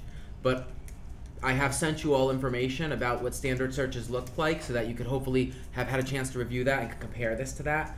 But there's going to be a period of time coming up tonight where you will have an opportunity. Oh, so later on. Yeah, soon. So that was where I was getting at, is there will be a time for that. That's right. Yeah. Thank you. Yeah. Yeah, Stephanie. Just a couple of questions. One is, what's the number of applications you anticipate? Number 2, who is going to vet these applications and make a decision on the first cut? 3, who will make a decision, who is going to make a decision on the short list? I assume the full board will be making the decision on the final candidate, but if I'm wrong, if you correct me on that. So those are my questions. Your first question was, I've already forgotten it. Number of applications. Roughly how many applications? To me, a good pool will be 25. Okay. But we don't know. Yep. The second question, who would do the first? That would be your SAC. That will be the role of the SAC. When you get to your short list, that's really up to you guys. And that depends on how short your list is. If it's a 3-person short list, then perhaps the board could do that. But once you get past 3, that becomes problematic because, again, confidentiality issues, the whole board issues, executive sessions, blah, blah, blah, blah. But if you're talking about a short list of 6 people, that's a little different. You might want to have the ad hoc committee shorten that list. So it's really, there's no hard and fast rule. You decide how you want to do that. And that's not embedded in here yet, in other No. words, those, okay. I would like to throw something in too, just in my research about what search firms do, is that when Nikki talks about 25 applications, the search firm itself may go through 200 people and weed out people without even telling us. That's part of what they do. So that's just something to keep in mind, that like a search firm will look at what we have identified and what we're looking for, and they will weed people out. They will look into people's backgrounds, and if they see something problematic, they'll cut them before we even talk about them. So I don't know if you were taking that into account when you said the 25 people. I assume you were, though, that the 25 is probably the SAC will be presented with 25 people, and then the SAC will have to go through that and weed them down in some process. So, was that all 3 questions? Because I lost track too once I started talking. I think that was all. Okay, all right. Mark? Gender equality, can I ask 3 questions if I word it the way she did? If you're efficient as Stephanie, absolutely. Oh boy, I'm Yeah. oh, give me Stick to one. Let me just get the wording right. We get the wording right, okay. Stephanie, do we have any idea of where we're gonna get the money from, what's gonna not happen due to that? I don't know what we won't be able to do. We'll have to figure out, I mean, it will obviously have to come from somewhere, so we'll have to look at where in budget lines we can find the funds. I mean, we'll have to find the Okay. funds. When do you think we would be, if the funds were approved, when do you think that we could When we could know? Well, we're we could hoping know to do what's some, we're hoping to do some truing up in September, as soon as we Okay. can get school launched. So I would think in the next few weeks we could have a better idea of where we would find the on the funds. same mode, what availability do you have to participate in this? What do you mean? I mean, do you have a quarter FTE of your time to dedicate to this, or are we shortcutting ourselves with the 40,000? We should say 80,000, because there's too many sacrifices that are going to take place on your regular job. Well, 80,000 would mean hiring the search committee, you mean? That's exactly right. Okay. We said the 40,000 because we said you're going to be able to participate, Mm-hmm. but this could easily turn into, even if it's a quarter time, 10 hours a week, Right. right? I mean, that's a lot. Oh, agreed. But should we instead take a look at the 40 and increase that, so that we don't have you with that level of involvement? Well, that's kind of hard to know until it gets started, but generally speaking, I don't have a lot of time, that's correct. But I don't have a lot of time for a lot of things, so just keep doing it. Right. One other thing I'd like to see is, that was one question. I'd like to see weekly updates on this, if possible, Chair. Okay, so that, now we're getting into, away from clarification on it. Fair enough, I got another one for clarity then. Okay. For, regarding community involvement, is there any chance, I'll word this correctly for clarity, is there any chance that somewhere in your plan would be the involvement to where maybe the top 5 candidates could do presentations down at Contour Auditorium or something like that to the general public? That sounds like it's skirting the line of clarifying question and a suggestion, to be honest. But I think I don't want to shoot down your idea. I'm sure that's in your plan someplace. I will say this. I will maybe speak out of order a little bit to that though, and just say that in my research, so I just want to say too, I don't know about any of you ever running a search before, but I have never been involved in a superintendent search, so I am learning. Nikki knows how to search and stuff more, so she may be able to answer this more. But in my research, it sounds like there are some communities who choose to do that kind of a process, and there are some communities who do not. And one of the concerns of doing it is that sometimes people aren't prepared to have their own home community find out they're looking. Like, there's been superintendents who've been let go when their district finds out they're looking at a job somewhere else. So it's just something, so like, I'm not saying yes or no to that yet. I'm just saying we'd have to weigh the pros and cons of, do we do it with 5 people, or do we wait till there's 3, till it's really truly finalists? I do appreciate the clarification, thank you. Yeah. Alan? Are you envisioning that there will be candidates who, through the first cut, come through like a search firm, and other candidates who will come through just the application process? Or are you anticipating that, like, if whoever comes through the application process, the search firm will somehow have a role in that? Didn't quite. Well, the search firm will have a role in it. However, it's still our intention to do School Spring. It's still our intention to do the process that we already do for when we're searching for principals, which is we have a list of job sites, websites, our own connections that we send to, largely because many of the mainstream avenues don't necessarily work for attracting candidates of color. And so so there will be all these various ways that we're attempting to reach out to the various people that we're trying to reach. So yes, we'll get some through School Spring, and they'll all be vetted. We have a process for vetting those applications because that will be based on the goals that you set. And so based on those goals, they'll answer questions, and either they meet it or they don't, and we'll send them away and send you some more. So the goal is to get you as many people as possible, especially for a superintendent. We want to see as many people as possible. Seeing 2 or 3 people is not going to do it. So. Mr. Truman. So on the search committee membership, so when you're referring to up to 2 board members, is that in addition to you as chair? Yes, that doesn't But include me. he doesn't act as on the SAC. Right, I'm just picturing people in the room, I understand. And is the board chair an ex officio member? No, my understanding of what we talked about is that the SAC, Patrick and I could be present, but we are not going to be participants in their process. More like an observer, and that's the understanding I got and what we talked about. My role would be like so. If the board chair were part of that process, I think we're talking about us stepping back and really letting that group. Now, I'm open if people say, no, we want you guys involved in the discussion, I'm open to that, but I think I was viewing it more as like our voice would come in later down the line, and this is giving this group more of an opportunity to have a discussion without us influencing them.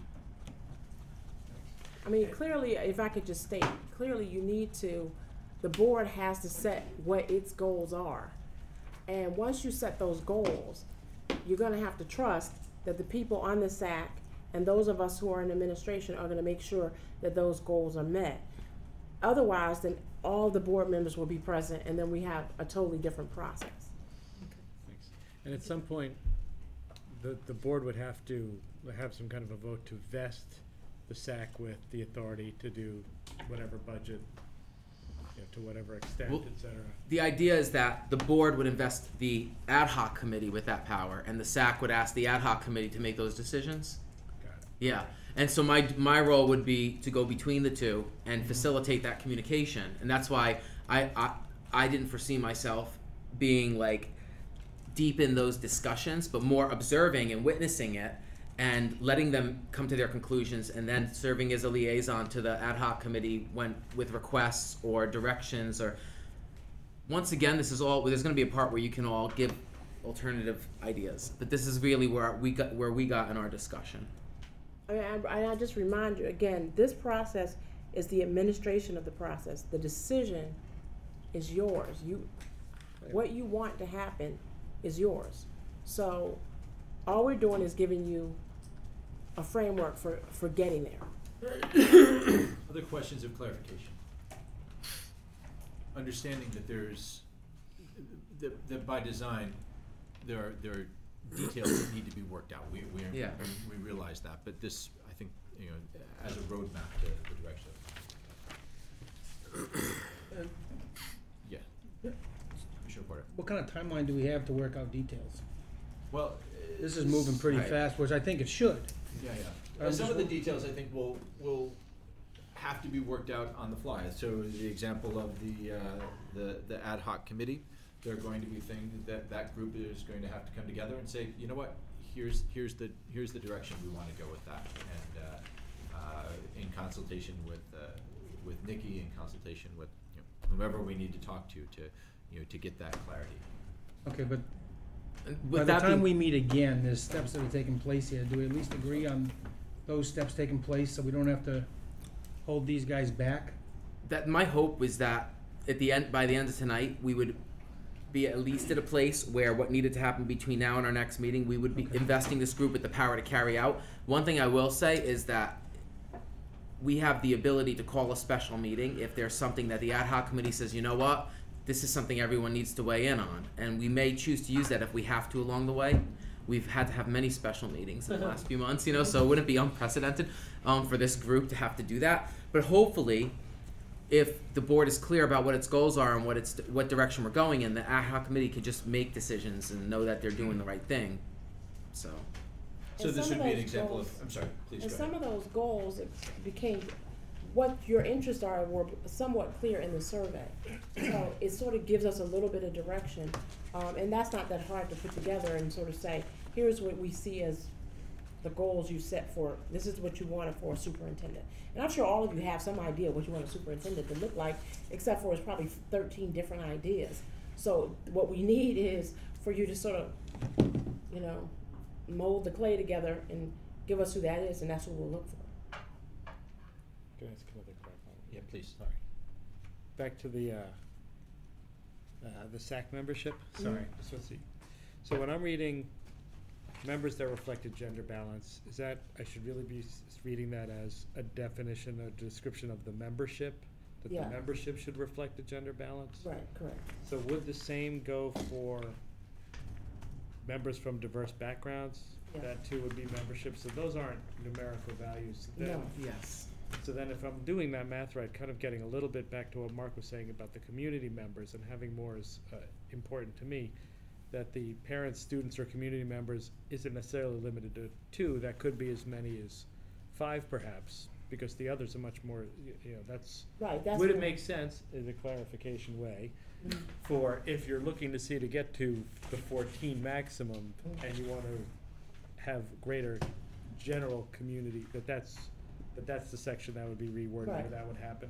That's probably where it would happen. And then some of those other, like gender balance, diversity, that, some of that will come from the administrative side, the teachers. So it's not, it could come from any one of those groups. Oh, I so know it's that, not- I just want to so make sure I you'll was still have- interpreting it yeah. right. Thank you. And I think something that Nikki and Brian have expressed to me in the past is that if you could imagine there are 30 different characteristics that we want represented on these 14 different members or 12 different members that we have. And, there may be someone that we want representing the city. I'm making stuff up, so you know. City government. Maybe we want someone who represents Champlain College. Maybe we want someone who represents University of Vermont. Maybe we want somebody. We want to make sure that we have someone from the New North End, the Old North End, and the South End of town. One person could tick off 5 of those different characteristics, or 8 of those different characteristics, depending on who that person may or may not be. And you know, that's how you guys have framed it to me in the past. I don't know if that helps to answer. Yep, your it question. does, thank you. Commissioner Giannoni. Are we finished with? Yes. Okay. The only thing that, I like everything that I see here, the only thing that surprises me is the total dollar figure for the budget. I was expecting something like 2, 3, 4, 5 times higher than that, from what I've been reading about these searches. So I'm really, my question is, so who decides what is necessary for financing over time?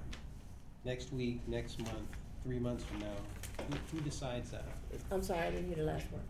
I'm just saying over time, as needs arise with the finances, so who's gonna make that decision? Does it ultimately come back to this full board, or is it made by? Well, we would go to the ad hoc committee if we felt, for example, in advertising. The reason, for example, the advertising numbers are really low is that we do a lot of advertising through job lines that are fairly inexpensive, $200, versus say newspapers where it's a couple $1,000s. So we use other sources of advertisement. We do it through email by sending it out simply to other HR offices. So the 5,000 we believe is a fairly decent number considering all the other ways that we do it. Now, until we've picked a search firm, we don't know. That search firm may add some additional cost to advertising, but for the advertising that our office can do, we know that we can do it within that range because of the ways that we do advertise. Because we don't have a lot of money and we don't advertise a lot, so we use a lot of different other ways than you would normally think of, like large. I think the biggest expense we have for advertising is when we advertise in the Boston Globe, and that's really it. All the others we tend to be pretty reasonable. The one that really sticks out is candidate expenses. candidate expenses, I know it sticks out because, and let me tell you what we put over it from, and you guys will have, this will be one you'll have to decide. When we have done candidates, the final candidates, when the final candidates come in, we have always agreed to pay with $1,000 limit. And so I just sort of worked out, okay, if we get 3 finalists, then we pay them up to $1,000 for expenses. And we just hope that they're from Massachusetts, but anyway. So the one piece about the budget. Go ahead. I thought you were done. I'm sorry. Okay, the one piece about the budget that I feel, the piece that I feel least secure about is the estimate for search consultant, and that's just because Nikki did have trouble getting people to give a figure, and that's the piece. Like, that's why when I was telling you all, I think a week or so ago or 2 weeks ago, that we were looking at 60 to 100,000. I was saying that based on some of the research I had done into how much search firms cost. So I think that's where we might see a significant increase if we have them do more of the work. For example, if we determine that we don't want human resources to do as much as they're offering to do, then that number is going to start creeping up and creeping up. So Brian, I actually have gotten numbers from 3 separate people, and all of them said, obviously we may be asking more, but they said $10,000 would be the high end. So this, if anything, from what they've told me for search consultants. Now, obviously, the other numbers they weren't talking about, but just the search consultant, that $10,000 would be on the high end. So I think you're in to do what we're asking. Right. Yeah. I think, like what I was saying is, if we start to ask them more, that number is going to creep up and creep up and creep up. These are people who are doing probably more than we're asking here too. Now, we may not be doing more in terms of, these were people who do more regional searches as opposed to more national searches, which could bump that up. Right. But and these were more from the national. Yeah, I sort of averaged what the national organizations were saying. So I think that's not. From the information that I got, that's a pretty. I would concur with that too. I would just say that I think it would be useful to have just a slightly more realistic budget in terms of candidate expenses. I think include the expenses up to 5, and I would say at least $1,500 per person for hotel and travel. We want to do a national search, so I don't think we should base our estimate on New England. So just, and I think I think it's psychologically the number that we currently use, because I didn't have a different number, and I haven't been given instructions that I can spend more money on such a thing. I just think psychologically for as a board member, I'd rather see it high and spend less than back to the ad hoc committee and saying we need to spend. Right, and that's something that the ad hoc committee can assist with, because you could determine if that applies to the whole pool of people or just the second pool. The second, so you have to let us know, because that's where that could become a great expense. So it seems like we're starting to move into more of substantive questions and reaction to the presentation, if that's okay, and a conversation. So I'll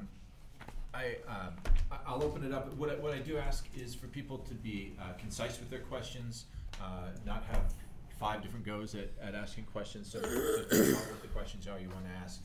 Take the floor to ask your 2 or 3 questions. If you need to come back at the end and there's something else that you hadn't considered, that's fine. But let's not have our 4th debate, our 4th rebuttal. So, Commissioner Dodson.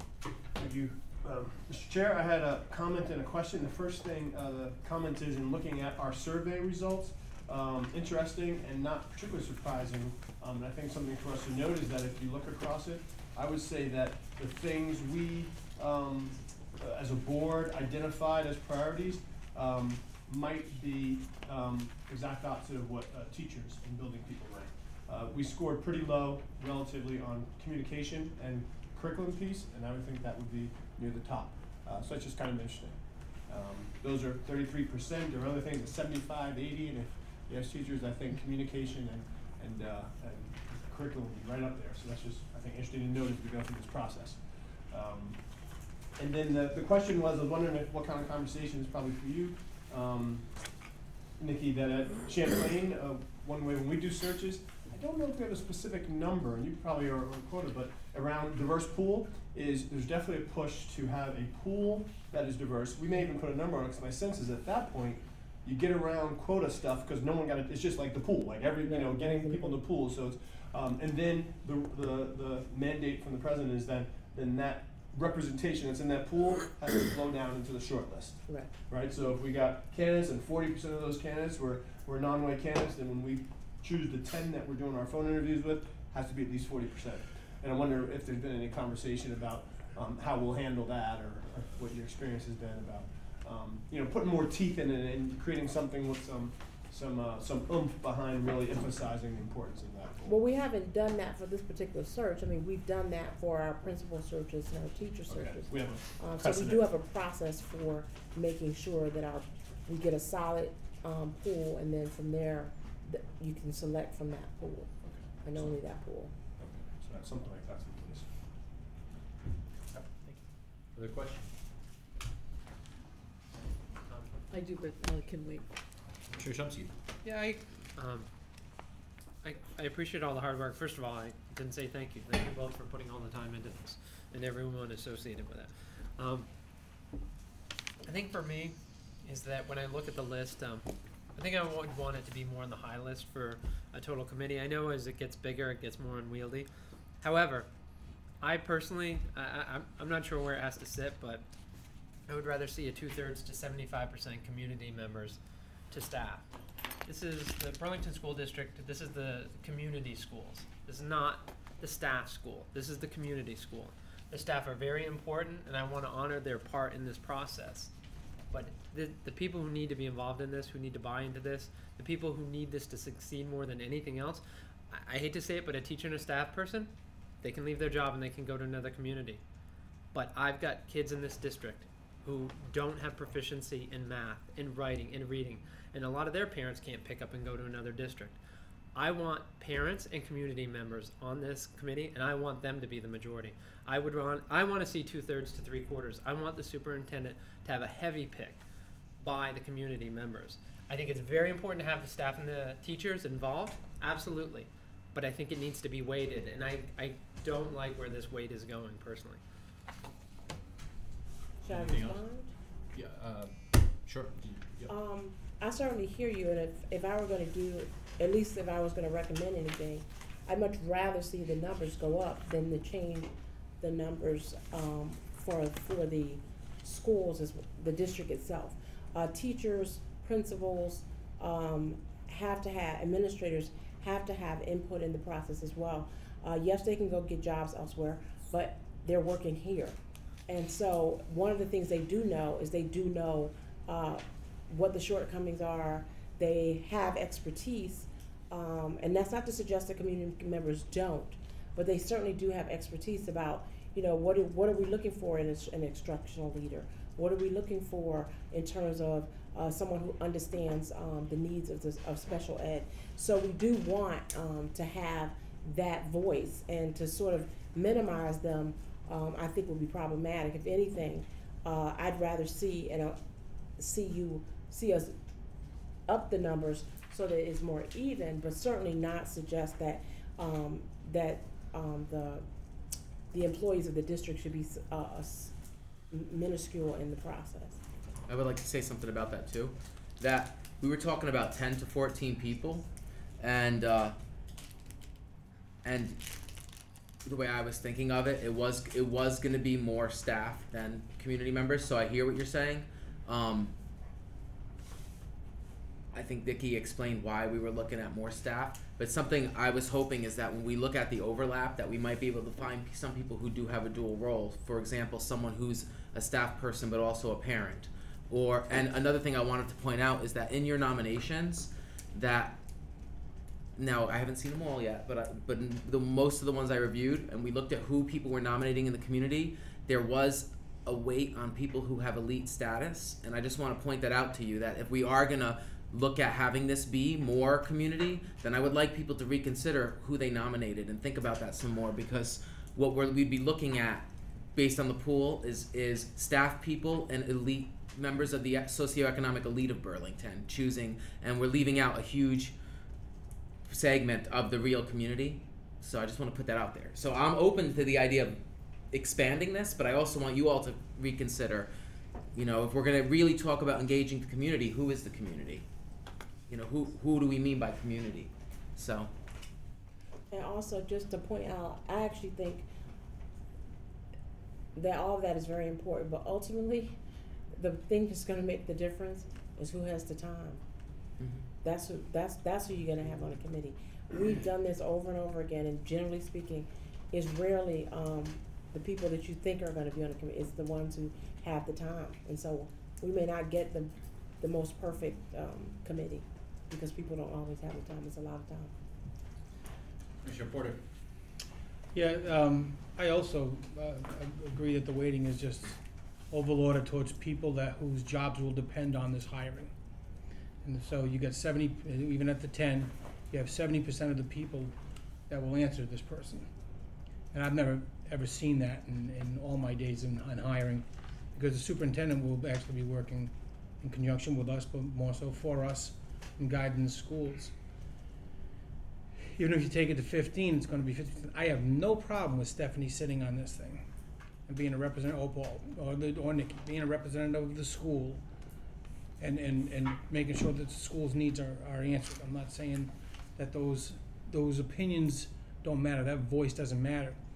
But right now, you actually have 3 times the voice of the employees that will answer this person than what you have on the school board, members of the school board that will be sitting there that have to hire this person.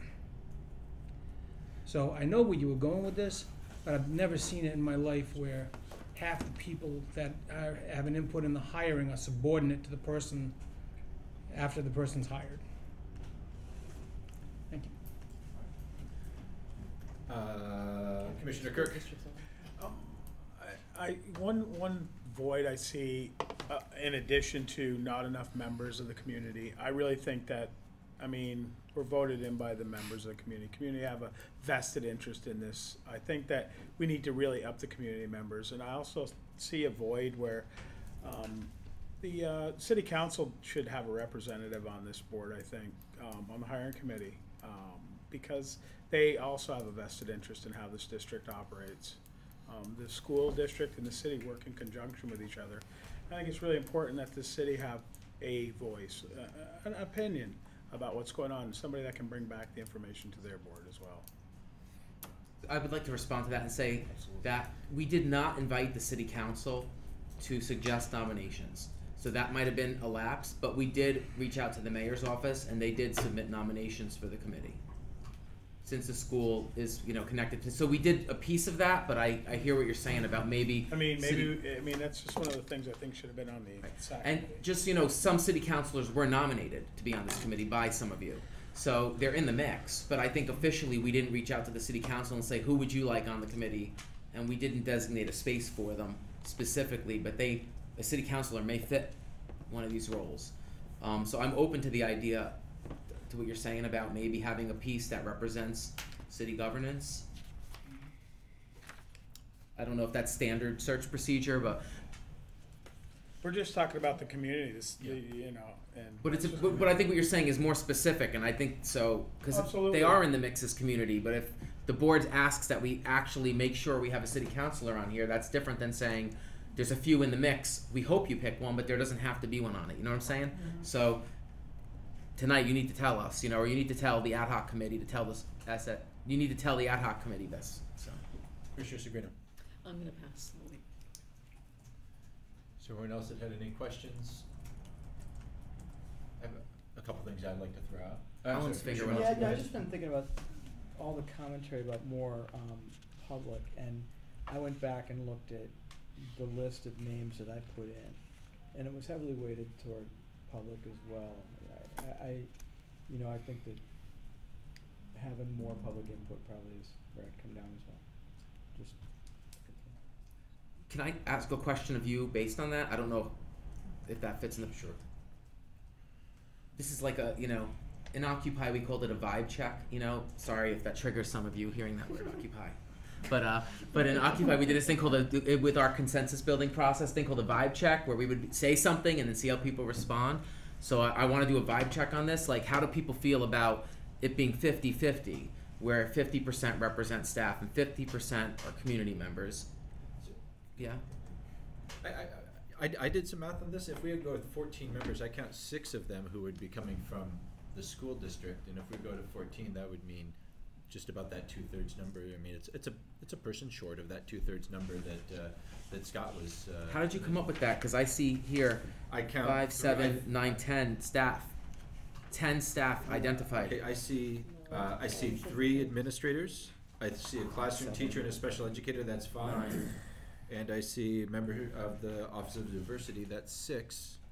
And then Partnership for Change. So that's not a oh, it staff. doesn't have to be staff. You're right. I'm sorry. I was. Oh, you're right. That doesn't The have to member be of the staff. office diversity would be the. I counted that as the 6th person. Okay, my bad. I was counting Partnership as 7, and that's why I was saying 50-50 would mean those 7, and then the rest being community members. I mean, I guess I'm sorry to kind of go around, but I think this is kind of what I was getting at, is that, and I think this is what Nikki was saying earlier, is that we're going to have. It ultimately is going to come down to who's willing to serve on it. We may these are kind of the outlines of the characteristics that we're looking for. The exact mix, I certainly hear from the board that having a strong, broad, and deep community representation on this SAC is desirable, and it's and I think that the makeup of the ad hoc committee would hear that and would do the best to respect that, assuming that we can find people willing to make up that commitment. And it's also possible we're going to struggle to find the people who work in the district who are going to be able to make that level of commitment, because it's a large commitment over a long period of time.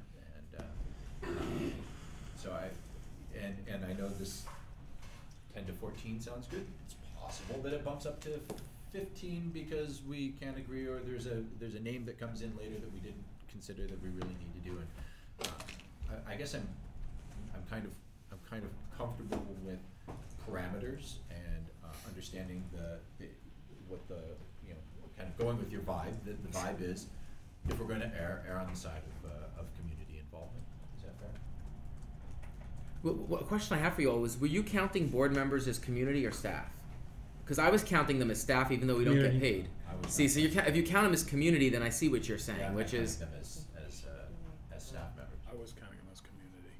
because if you count them as community, then we're looking at 3, 5, 6 staff people out of 10. That's where I got my number. Yeah. So now I see where you're where. Out of 14, actually. Well, We 10 go to up 14. So I guess what I was getting at with my vibe check was that I think if we asked the SAC, I'm sorry that I'm confusing, the ad hoc committee to try and make sure that they're balancing staff and community and making sure it's 50-50 or more community, I think that's fair direction for you to give the ad hoc committee, whoever that ends up being. We certainly have a really diverse, like, healthy pool of nominees. Like, if we have a lot of people to look through, and we could probably, depending on availability, because there's the survey Nikki's going to send out to them, which will determine their availability and how much time they can give. That'll weed some people out, but based on that, we could probably address your concern about community involvement. So I wanted to finish up the few things that I wanted to say around this.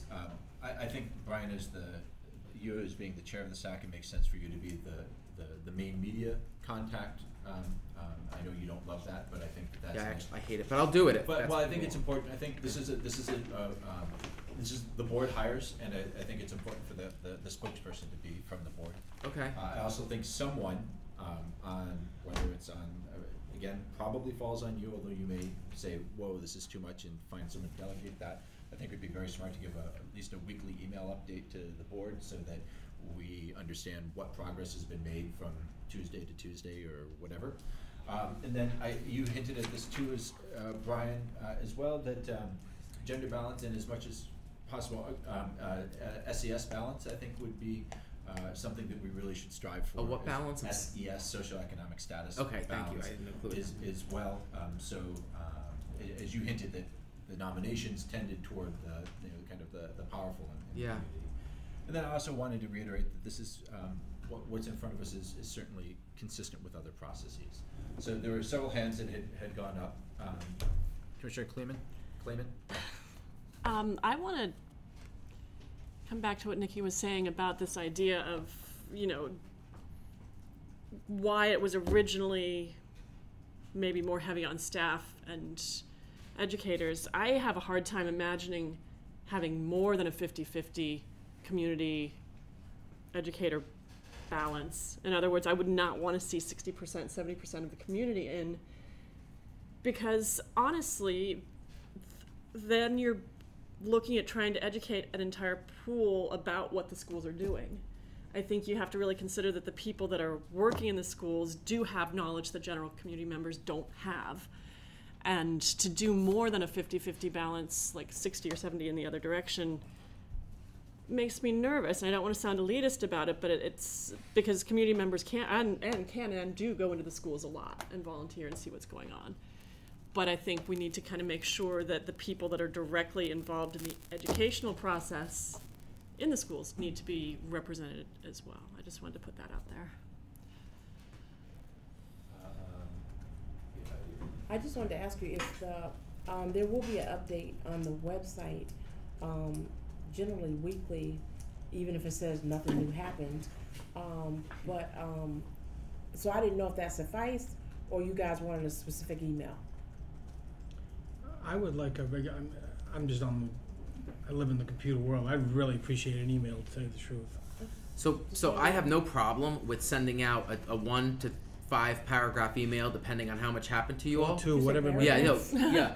Sentence. 5 paragraphs. What I'm saying is like I don't. If it's more than that, then I would probably say blah blah blah. Please see the website, or I'll just honestly copy and paste what is on the website and send it to you, because I'm not gonna reinvent the wheel. But I have no problem like sending out updates to people. So yeah, I can make time for that. Like that's not. Commissioner Kirk. Just a clarification point. I see on your budget you have substitute expenses. So, and I heard you saying that community members aren't going to have time. Are those substitute expenses for the staff members for the school district? Yes, it is, and it's a very low number. And the reason it's a very low number is because occasionally, and that was just in case, because I wanted to make sure it was there, and it's very transparent. That occasionally something may happen where we have to have a meeting during the daytime, and the teacher's pulled out of class. That is not the norm, but I wanted to make sure that there was something there just in case we had to do that. No, I understood that to be the case. So I'm just a little confused that why we're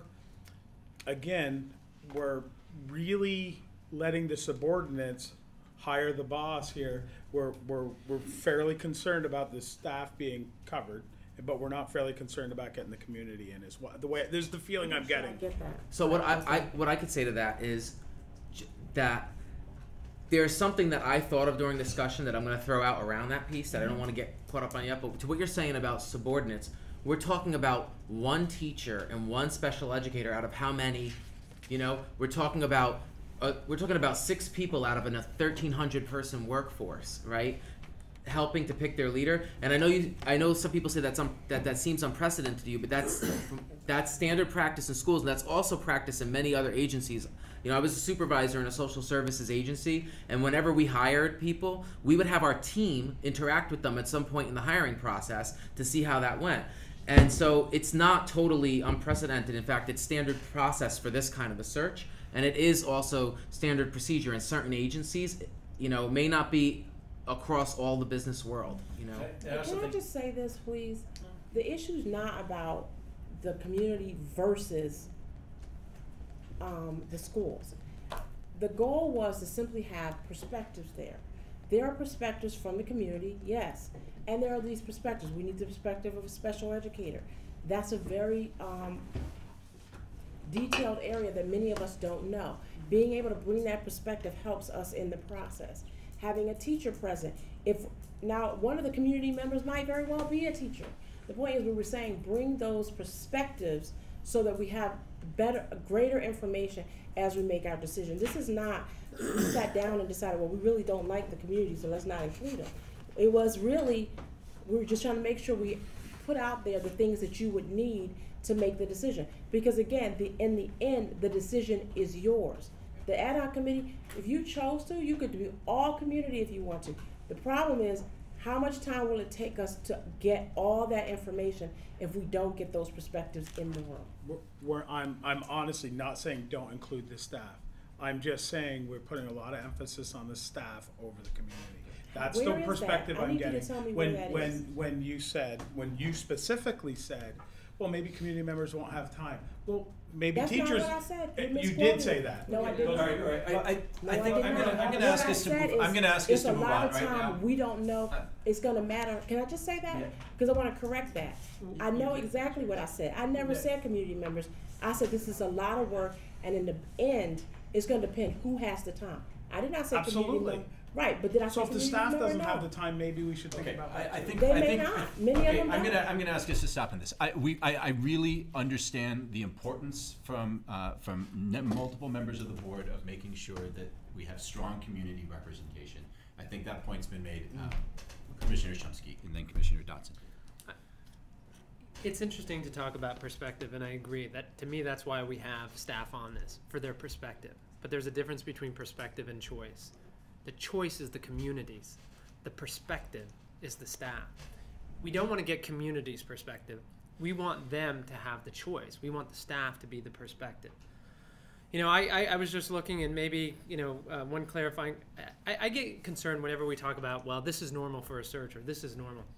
Every time I hear something in this room, I go on Google, and the first couple districts I look at, it's different than what I'm being told that's normal. There's thousands of districts across the country.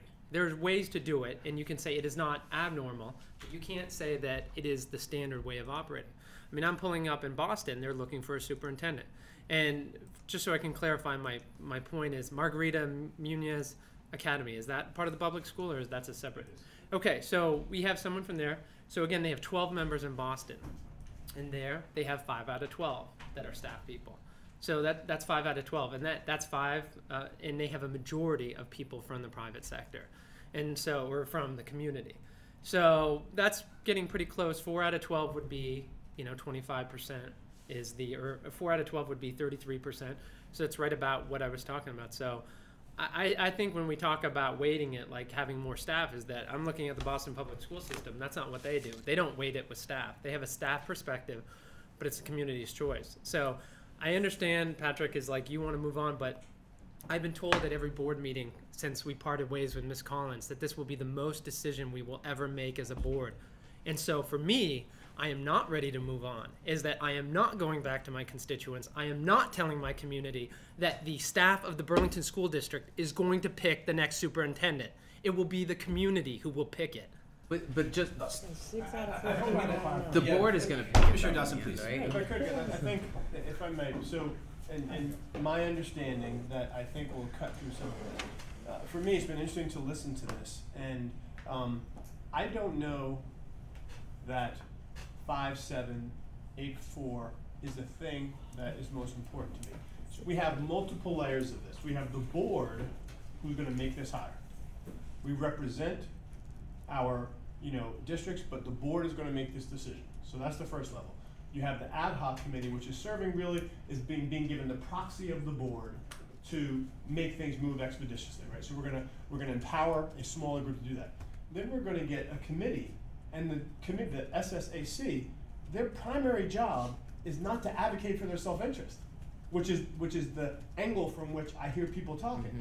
Their primary job is to be empowered to move forward through the lens that we establish, and that has a community input, but it's our lens. So part of it really matters what kind of people we put on there.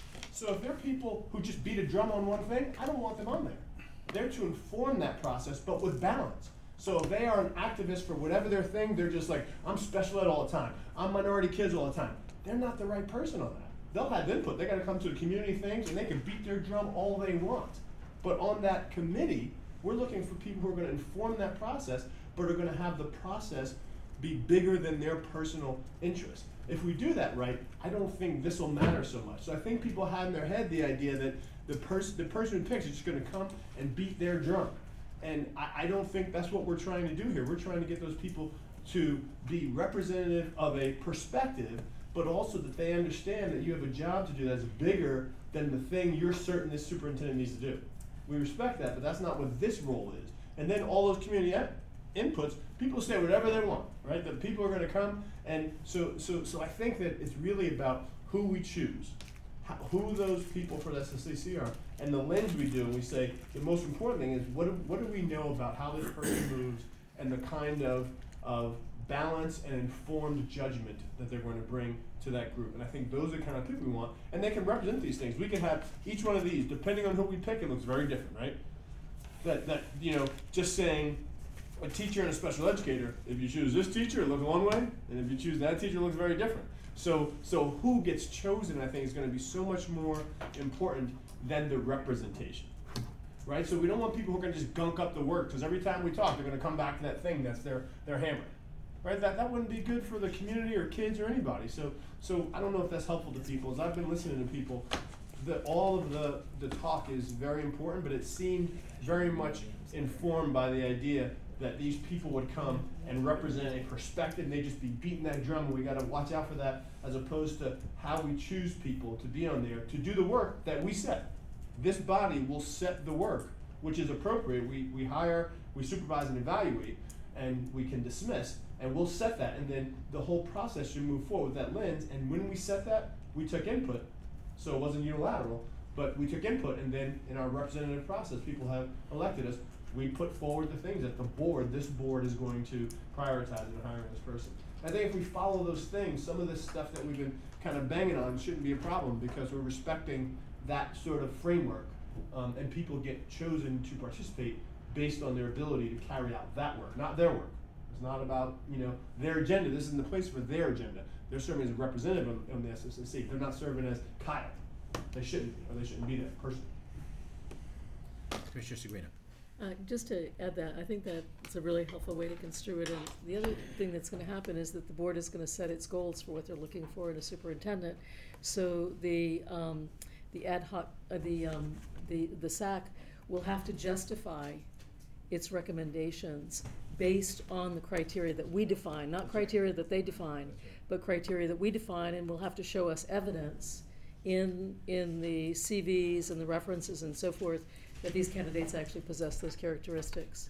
So I think that there is enough checks, and I also hear what the board is saying, that they want more community representation. I think the vibe is there. I'll leave it at that. Can I say something about just this, or is it out of order? I mean, just I hear people's concerns about wanting more community involvement, and I'm more than willing to look at ways to increase it. But I think, from what you were just saying about the community is going to hire this person, I mean, if we wanted to scrap all of this and just say we're going to elect a superintendent and we're going to like put a slate of names up, and then the community's, I mean, we could do that, right? In theory, we could. Is that really going to produce the best product in the end? I don't know. You know, so I'm just putting out there that we could, like, we could do this however we want. Like, we could say, you know what, forget everything Brian and Nikki's saying. We're going to hire a search firm and have them tell us exactly what to do and just do what they say. I was addressing you two, and then you talked to him, so I was like, well, who am I talking to? You have to address the board. Okay, well, but you're the ones who are like yelling about the community wanting. So I just want to like say I hear that, you know, and like, and we could do something like that if you really want to, but I think that would be going way out of the bounds of what's. I'm not advocating for that. Okay, you know, and in the end, the board is the representative of the community. We're the ones who are going to make the decision. I think you both said it enough about how we get to that point, but I just wanted to address that. I'm hearing the concerns about this, and I think there's ways we can, you know, there's also the community input sessions. There's many ways we can be engaging the community in this process that, you know, that we need to look at. So. Mr. Chairman, did you want to get the floor? Yeah, you know, it's interesting because I thought this was something that was a relatively simple, you know, tweak as we're going, because I don't think anybody here is talking about not having more community involvement. I think Nikki phrased it really well with we are not talking about this versus that. I would be concerned if we did not have the perspective and expertise of these other members on there, because it's a superintendent. It's not just the biggest decision that we're making, it's the biggest decision that we're making on behalf of the district, which is everything about the district, the people who live here, the students, and the people who do the work and do the administration. I have to say, and I'm just speaking for myself, that where I get concerned with this is that on this and similar things, that the framing is being set, and I am addressing it to the way it's being put, is not constructive, that this particular issue is something that is an easy fix. How many do we want to talk to? What, 5 members or 7 members from the public? Do we want to have these particular representatives? Do we want to make sure that any of the community members do or don't serve or could represent, if they were elected in that way, any of the other capacities, you know, to make sure it's a more pure, you know, just general community member? What I resent personally as a member of trying to work constructively on this is it being framed as if the board is trying to take some kind of action to stuff a decision down the community's throat. That's not what we're doing. That wasn't the discussion we're having. I think I can speak for just about everyone here that that's not the intent that we are going into with this process. And I just wish that things like that were not getting framed in such an adversarial way, when really, if we backed up about 30 minutes, it's a, yes, we should have more community members. Let's keep working on this. So I just really wish we could have a conversation of this sort that doesn't jump to absolutes, presuming things that are not necessarily the case or the intent of any given members. And that said, respecting the intent and the purpose of what was driving that conversation, and I agree with that, and I think we can address those concerns very easily. Commissioner Kleeman.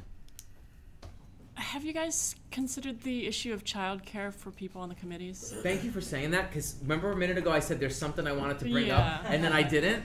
Yeah. When you brought up the substitute That was expenses, what it made me think how something we missed in here that we had talked about is this idea of, if we want to make this more accessible to people who don't have privilege, that something we need to take into account is this piece of childcare, especially when we're talking about parents. So I do think something we, and this is the thing I wanted to bring up, or when I said there's this thing, okay? I'm so glad you just mentioned it. I do think we need to think about how do we do it, because it would be unfortunate if there were people who the only reason they couldn't participate was because they couldn't get childcare. So, Yeah. I mean, in both the community input sessions and for the larger For the SAC. community input session, that's always the case. We always That's- have, yeah. we always have people there to babysit. so where is that included in our budget? Is that like under the because I'm just curious, because For the community input, usually, it's usually someone from, either Partnership for Change. We usually get the, find They volunteer? Or through FSP, we figure out ways to make sure we have Okay. childcare at those events. But I do think we should look at. I mean, the other events the other piece will be, at least, one of these events on each one of these dates will probably have to have, interpreters. Excuse me, and so, that very well could be another expense, but at this point, it was a bare bones, trying to make sure we thought of all the things that could possibly come up, but again, since we don't really know, we haven't been given direction yet. We don't know how much we should add or not. But that is something we've talked about. And we've done that in the past. That's not an issue. Commissioner Juneau, you haven't asked any questions or anything that you wanted to add to the discussion? No. So the suggestion that had been forwarded to me from Commissioner Chena, and I don't know if you were a part of this as well, but was that the representation of the makeup of the ad hoc committee be myself as chair, Brian as the chair of the search, and then the chairs of the finance committee, since finance is obviously a priority right now, and of the diversity and equity committee as another priority of the board. I've spoken with all of those folks. They're willing to take on that charge. And I guess what I would, so that we can bring up discussion on this, I would entertain a motion for the creation of an ad hoc committee of the 4 members I just mentioned, and then there can be discussion. I'm sorry, Commissioner. I'm sorry, but I just feel like it would be wrong if I didn't remind you that Miriam asked you to read something. Oh, thank you. And you didn't, and she's not here, and I like. And I made that commitment that I would. Even if I disagree with what she's asking you to read, I feel like I have to at least remember that. Right. So, I'm gonna run to the bathroom while you read it because I know what it says.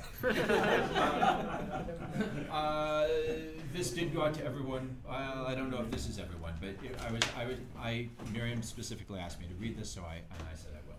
I will not be in the meeting tonight as I'm out of state since she's at camp. All right. Tonight at the meeting there'll be a presentation discussion about the superintendent search. Hiring a superintendent is, in my view, the most important thing we'll do as a board, and thus ensuring our hiring process brings the best candidate and allow the board to be fully engaged is critical. I've done a substantial amount of research on what makes a superintendent search work well, and this is what I've found. 1, utilizing a search firm is a good idea. This is important because the search is very time consuming. Search firms have expertise and experience in superintendent searches. Search firms have contacts and attract candidates, and search firms do not have prior relationships with local constituents, board members, or district employees, and thus ensure impartiality. In our case, all of these issues are of critical importance, but especially the issue of the time a search takes, as our leadership team is overtaxed right now and already taking on many additional responsibilities. This is in italics. While a search firm can be hired to do any amount of work from the entire search to district tasks, I strongly suggest we hire a search firm to work directly with the board to plan and implement the entire search process. 2, laying out the entire search process before it starts is important. This allows board members to have the information needed to make good decisions from the planning and implementation to the hiring decision. I highly recommend that we do not embark on the search until we have a clear idea of what specific components of the search will be and who will carry them out, the timeline and key deliverables, a detailed budget, a contingency plan for what to do if the search fails. It may be necessary to interview search firms before we can finalize these decisions. 3, search processes can be expensive and the board needs to be prepared for this. The board needs to have a good sense of what the search will cost and how the district will pay for it without deviating from the FY15 budget passed by the voters. Personally, I am comfortable with spending money on this search, as finding an excellent superintendent who is a good fit for Burlington is of critical importance to our students, staff, and taxpayers. However, the board must know upfront that the search, what the search will cost, how we will pay for it, if necessary, what cost, services, programs the district will reduce or forego to cover the cost of the search, and who will be responsible for ensuring that the search budget is adhered to. 4, community and stakeholder involvement is critical. The involvement of the community and other stakeholders in the superintendent search is critical, not only to find the right candidate, but also to ensure the search process is transparent and that there is widespread community support for the new hire, or at least that the community has knowledge of the new superintendent's values, experiences, and goals for Burlington. The way that this involvement is structured is important, and there are many different options that can be considered. I strongly recommend that we consider all the options before settling on one, and that the standard way we involve community members in hiring committees may not be an appropriate way for a superintendent search. From my research, the best approach would be to have contact constituent groups. The mayor, teachers, administrators, groups that work with our new American populations, parents of children with special needs, faith groups, etc., and ask each of them to nominate a member to be part of the community stakeholder committee. If, however, the decision is made to use our standard process for creating hiring search committees, I would recommend that the full board or a committee of at least half the members determine who should be on the committee, and there are clearly defined criteria to make these decisions, and that criteria be determined by the full board. Finally, full board involvement at every step of the way is optimal, although for some tasks relying on a subcommittee of the board may be necessary due to time constraints. The full board should meet and interview as many viable candidates as possible, and the board, not the stakeholder committee or the subcommittee of board members, should make the final hiring decision from the top candidates. I suggest that a search committee of 5 to 7 board members be convened to organize the search, including find, hire, and work with the search firm, and convene the work with a community stakeholder committee. I suggest the full board interview and carefully vet at least the top 5 candidates before making a hiring decision. I had a comment. Please. I emailed with Miriam after this, and I shared with her the proposal for an ad hoc committee, and she said she was fine with that. So do you think this is something, so I said I disagreed with this, but I was a little flippant because I don't disagree with her points at all. I actually see good points here. I just don't think we should change our entire process based on this. But there's something she said from this that really struck me, that I was reminded of when you were about to set the ad hoc committee, which is the size of the ad hoc committee. And I guess my question would be, do we think that our initial suggestion is enough, or does it need to be bigger? I think you should put a motion out So, for what you suggested, and then we can discuss. That's Oh, why okay. I was suggesting Okay. the motion, and I do wanted to add one other thing in terms of the budget, and this is in response to your question, Mark, that there was a program contingency of $150,000 built into this year's budget, and part of it was knowing that there was going to be a search for a superintendent. Whether that's specifically where the money for out of the budget that this comes from, that's a question that is better answered there. But there is that contingency expressly built into the budget. Thank you. So, I had failed to mention that earlier when I thought of it. So I would entertain a motion to go with the suggestion of Commissioner Chena, the 4 members that we, and then we can have discussion on the motion. So moved. All right, Commissioner Dodson, seconded by Commissioner Porter. Discussion. There were gonna be 4 commissioners on the ad hoc. That's correct. Should you have that, or should you have 5 so you could have a wait? So you're suggesting to move from 4 to 5? I'm suggesting move to 4 to 5 so you'd have a waiting if anybody had, if the decision had to be made, you could get a majority. And I'm gonna add on to that. I like the idea of moving to 4 to 5, and in the interest of moving things forward, and so these are all sorts of presumptions or Kyle's view, but from my looking at it, I would say that that current makeup and who they are people on the board who generally lean more progressive. I would suggest that if they're willing to be on it, that one of Mark, Scott, or David be on it, so that that committee can have that kind of dynamic that happens in this bigger group. Having those 3 on the outside, interested and weighing in without being on it would just be silly. I'm not progressive, just for the Calling record. it straight up. Pardon? I'm not a progressive. I said lean, and that might be wrong. Scott calls me a hybrid, and I think he's correct. Yeah. But watching the dynamic in this group, it's just like, let's get it straight from the beginning so we can have good dialogue, and so that group can really be empowered to speak for the larger group. And I think that move would help it do such. Suggestion. So are you making a friendly amendment to your own motion? I think so. And would you like to name a 5th member so that we would have, we named 4 members, if you're suggesting a 5th member? I suggest Kirk. Okay. David Kirk, be a 5th member. I don't know if it's fine, but. Sorry. All right. Do you consider that friendly? I consider that friendly, certainly. Okay. What about the red pants? We don't have anybody on the committee with red pants. I'll bring Every some. man on the committee could pull off red pants. I think I've seen you in red pants before, so. Touche. I'll go to white MG anyway. And salmon boating shorts don't count. It has to be red. Other comments on the ad hoc committee, the construction of the ad hoc committee?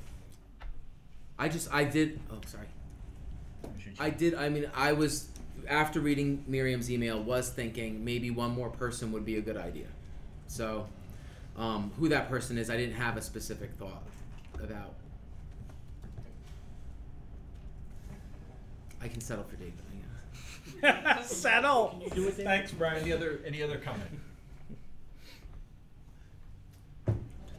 Hearing none, the motion that has been forwarded is the creation of an ad hoc committee for the superintendent search, composed of myself as chair, Commissioner Chena as the chair of the search committee, Commissioner Seguino as the chair of Diversity and Equity Committee, Commissioner Stoll is the chair of the Finance Committee, and Commissioner Kirk is the chair of ITC Committee. Because we certainly have some numbers issues that are facing us in the near future. Absolutely. So. All in favor of the motion, please say aye. Aye. Opposed? Any abstentions? Motion passes. All right, we will, I want to strongly thank the work that Brian and Nikki have done on this. It really pushed us forward, and we'll be in contact either later tonight or early in the day tomorrow to get the RFP out and move forward. So, great. I'm going to make a quick decision that the board goals I'm gonna read the board goals that we've got. We've had this discussion. I'm gonna suggest that we not get into a deep conversation on the board goals in the interest of time. Last Tuesday night at the planning committee meeting, we edited down, and this is what we'd come up with, and I'm gonna read it. The priorities of the Burlington School Board for the 2014-15 school year are to foster systems of accountability, develop efficient financial processes, and improve systems of communication. From there, we came up with 4 overall board goals: to hire a new superintendent through a transparent process reflecting the perspectives of community stakeholders, develop and follow a process to evaluate the superintendent, work within the confines of the past fiscal year, that is, I did have that right, past, P-A-S-S-E-D, fiscal year 2015 budget. That's a little clunky, but we can smooth that up. Develop and pass a fiscally responsible budget for fiscal year 2016. And then after that, we suggested explicitly listing each of the committee goals on that document. I will add that and pass that around to folks for their digestion, unless there's someone that really feels a need to comment on that right now. Is that open for public consumption? At this point, it's not. I would share it just to get final comment, but tonight, in the interest of time, I'm going to suggest that we move forward quickly on it. I mean, like, we shouldn't share. Like, I was thinking about updating, like, front porch forum, putting it out there. I think it would be wise for us to make sure that we at least get a full board vote on that.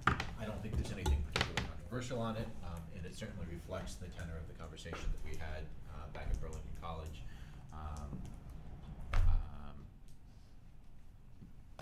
Yeah, so I would suggest not posting it at this point, though, if that's fair.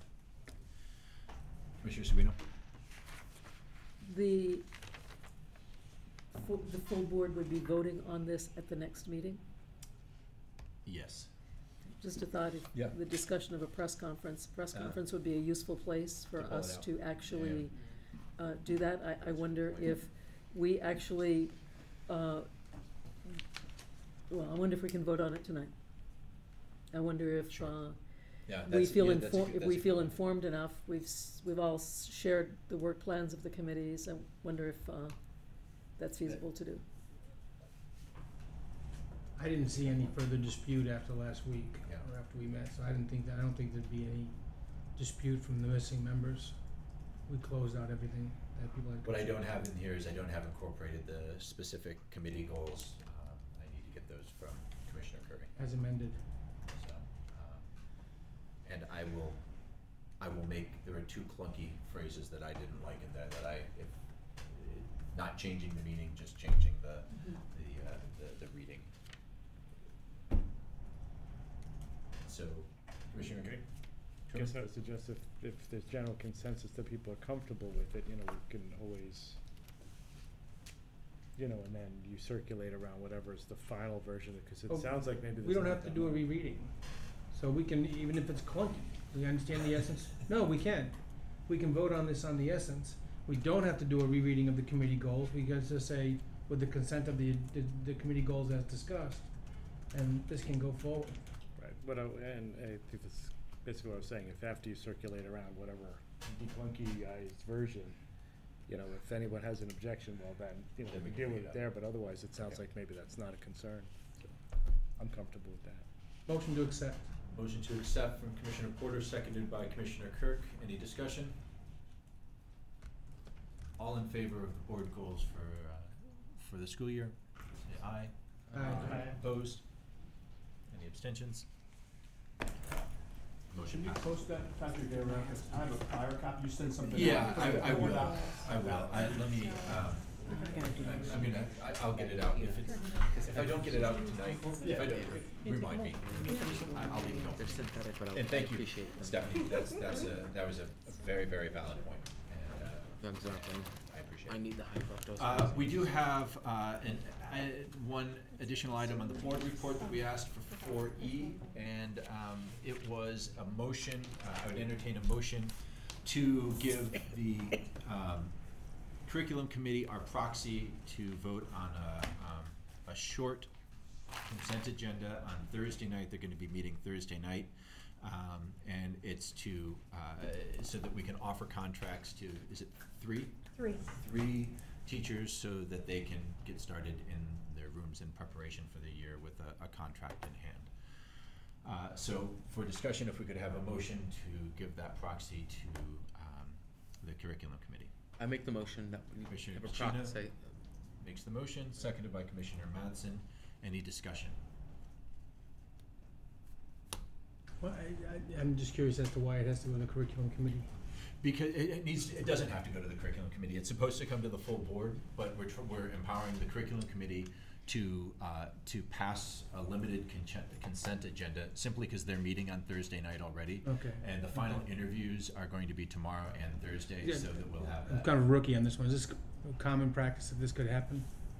It happens occasionally. I think the finance committee this summer has the power to pass some consent agendas as well, in case the full board wasn't going to be meeting. Largely because of the late budget, and so we're late with hiring teachers. I get you. I would just say almost every year there's been some type of proxy like this done in the summer. And So otherwise, this would just be an acceptance just for the hiring of these three. the other option would be that we have a special board meeting called on Thursday night at 7 o'clock. Why can't we pull it into this consent? Why can't I do a motion to add to our consent agenda these three right now? Because the interviews are tomorrow. Because the interviews are tomorrow. Karnak. Unless we can bend time and Trying to space. get everything I can out of this one, guys. Fair enough. I'm good. Any other comment? All in favor of the motion? Aye. Opposed? Motion passes. Excellent. Update on the Director of Finance search I don't know who's going to be doing it. Yeah, I guess. Let's see, where are we? We had our first meeting, and the charge was read, and we went over confidentiality, and we had a bias-free hiring training. Nobody died or anything like that, so it went fine. Actually went very well. I think people got something down. Did you get Scott? What did you think? Yeah. Okay. That was interesting. I wish the board had done it earlier as a group. I wish the board had done it as a group. So anyway, so we did that, and so we're now scheduled for this Thursday. We did change our time schedule a little bit, starting the following week, I believe. But we have a meeting coming this Thursday. Is that tomorrow? Yes, no, Thursday. 2 days. Oh, it's Wednesday. Okay, Thursday, to start putting together the posting, so that we can post the position, for the 18th. So, that's where we are. Thanks. Any questions? We just, where do you need some help? This just seems to be good so late, for whatever reason. I'll put that disclaimer on there. Yeah, This don't just blame seems. me. Okay. So let's not go down that path. Let me just go address it a different way. Okay. All right. So this is late. Mm-hmm. This is very late.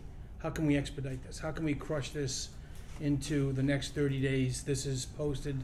This is advertised. We're starting interviews, and we're going down that path. I mean, Well, is it possible? that's what this timeline is. It's pretty much a month.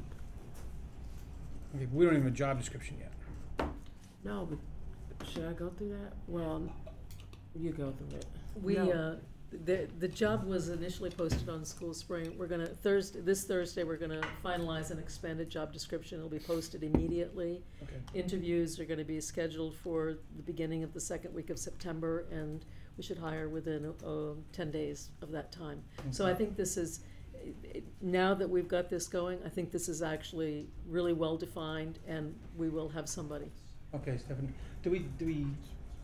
Are we solid on the prerequisites, to even come in the door? Yes. So many years of experience, a degree, this understanding audit capabilities, and And that's what we'll be fine tuning on Thursday Okay. and posting on Monday. But I do think there's real clarity on that, yeah. Any further questions on the Director of Finance search? We're not using, sorry, I have a question. We're no longer using a consultant, right? Yes, we are and not. Can you explain that to me? Because obviously I'm unclear about it. Well, essentially now he's an advisor So if we need him, we can seek advice, but right now, he doesn't, He's not in the middle of all not this. involved in the Okay. day-to-day. So it's the finance committee and human resources working on this now? Correct. And the finance director advisory committee or whatever it's Right, called? right. Okay. And if I will, Brian, the conversations with the VSBA were such that the VSBA doesn't typically take on searches outside of a superintendent search. Mhm. We're in a situation when we started the search that we didn't have clear leadership, and so largely the contract has been amended to kind of to pay Bob Stevens for the work he's been done, and then also as he comes across other names to forward them to us and to do maybe a little bit of legwork in the back. Are we like paying him to be a headhunter, so to speak? I don't think it's that. I don't know if that's the appropriate term, but. Yeah, I don't think it's that extensive of a role. So. Okay. Commissioner Porter. Could we ask Stephanie for the same thing for weekly updates on the progress? I mean, yeah, I think, I actually just am a board member on the committee, and Nikki is actually heading up the search, because the finance director is hired by the superintendent, right? And so it's different than our relationship with the superintendent search. Mhm. So, Can I just forward you the link to the update? That would be fine too. Okay. You know, I just need a push to me would be much better than me trying to remember every Monday to go looking for an update. Okay. It would help me tremendously. So I know we've only been one day in, Nikki, so you might be covering this future.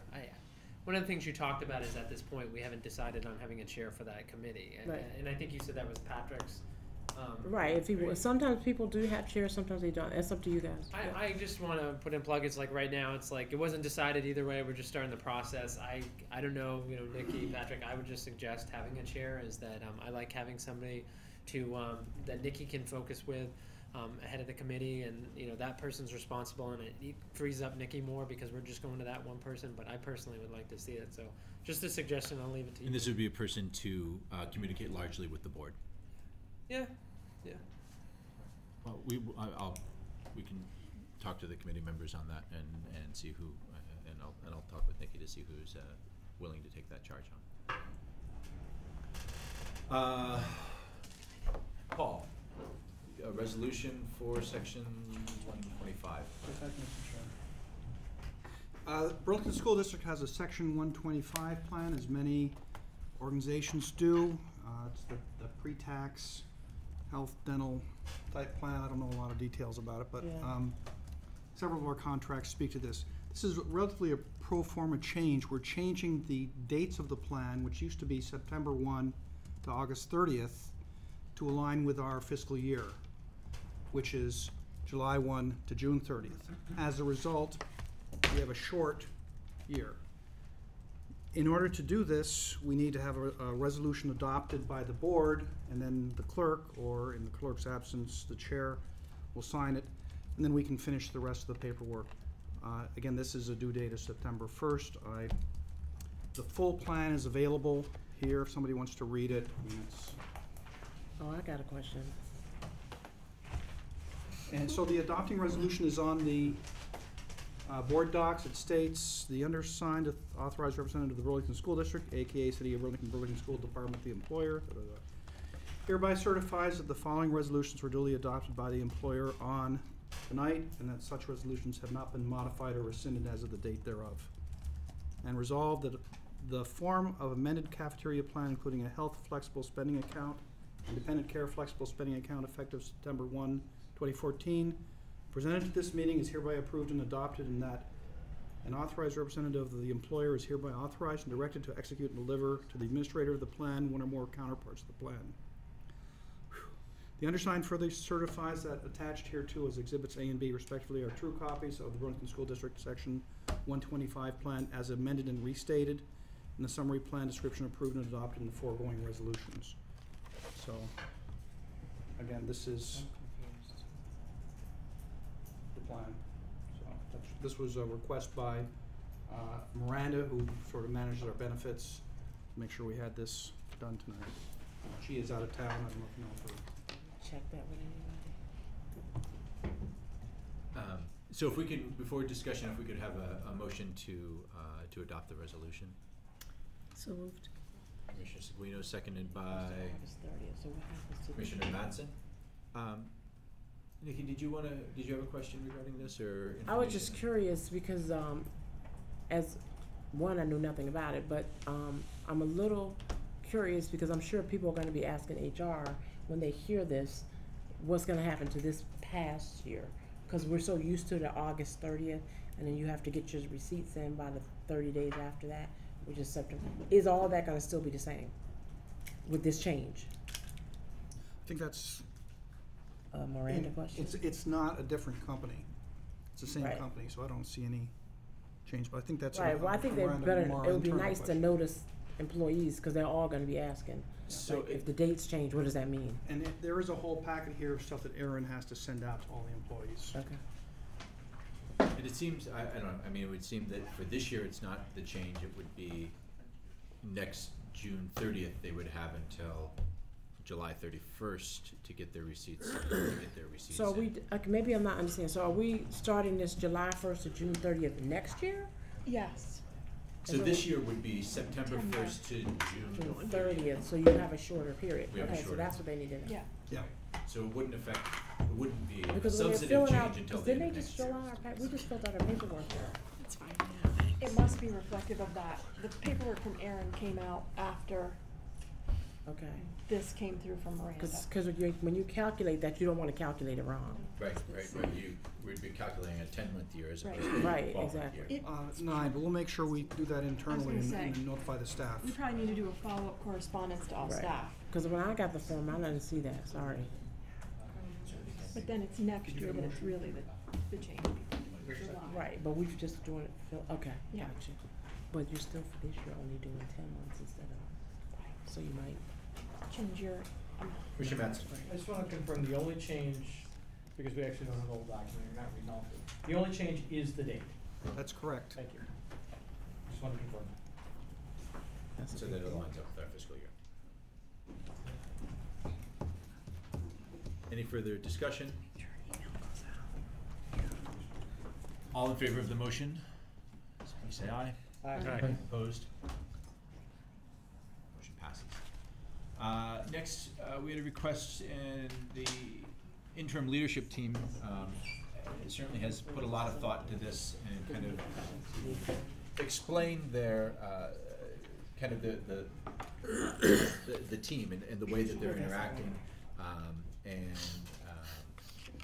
we asked them to come in tonight and for Superintendent Phillips to explain the thinking behind the team, and to inform us so that we understand exactly how we're working. Sure, thank you. So you have a document on board docs for this agenda item, and as Patrick just referenced, this outlines an overview of the administrative team, including myself, Nikki, and Paul. And so what we've done is to do some team planning, given that each of us is continuing to do our previous director jobs, and how we can look at the responsibilities that fall under the superintendent of schools, specifically related to looking at all of the positions that need to be supervised. That's a major component given the number of administrators, principals, directors, and also the office support staff that we have that need to be supervised. And so sort of the thought behind this was that because we're doing our original director jobs, we need to think about ways that we can support and create some sort of balance. We're also working around the fact that we've had significant turnover here at central office, and so each of us has people within the departments that we supervise that we're working really hard to try to get either hired if we have vacancies, or we're working with interims to try to help them do the job that they need to do, and then obviously continuing to help the existing staff that's here move forward, some of whom now have slightly different job responsibilities because of the turnover that we've had. And then just to sort of think through what are some of the larger priorities that we feel as a team that we can that we can work toward in addition to our daily job responsibilities and the supervision that we have to do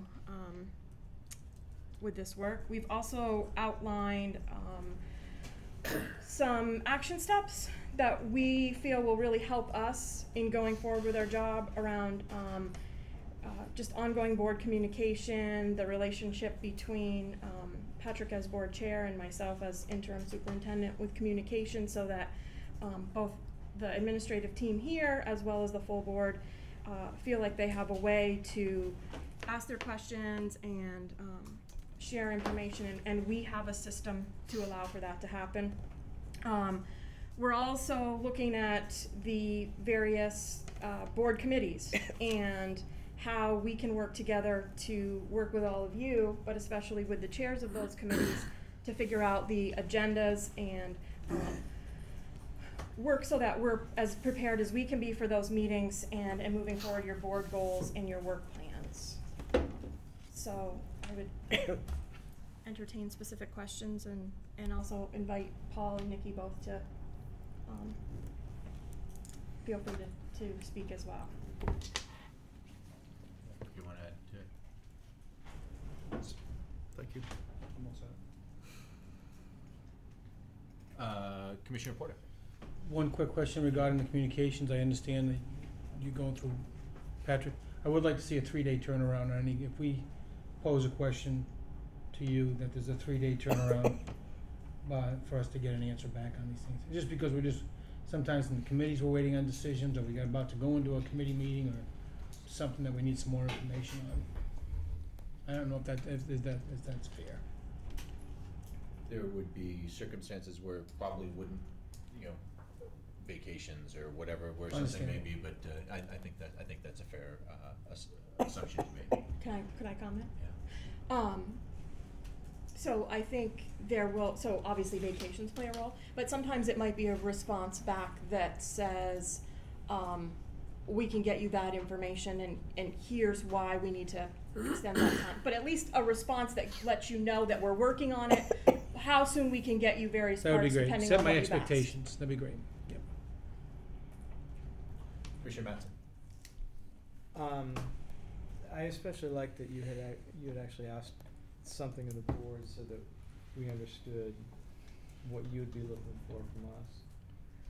I think this is maybe me saying for the board. I think it would also be good to, for us, for when, everything is posted, that we also as board members come responsible for the information that is posted. For example, like a document like this, where we can speak to it as opposed to hear you present it.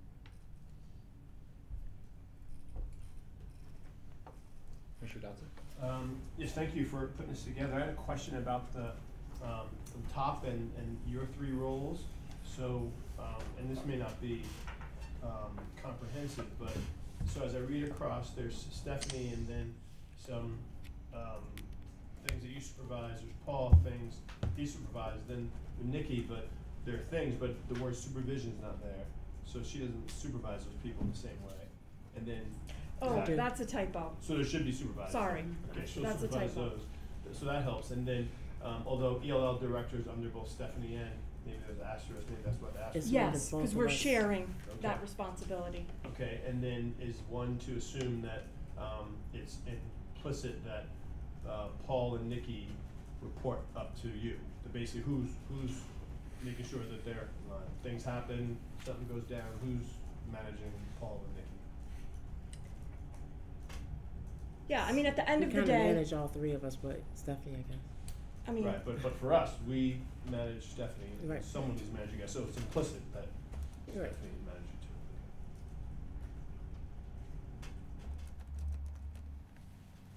Commissioner Shumsky. That's the way it is. The concern I have, and I know I've shared it with other folks, is that the setting, I shouldn't say the board, it's actually, I mean, we have so many chairmen, is that a subgroup of the board that's not allowed to talk directly with staff and with the superintendent, is that I don't agree with this.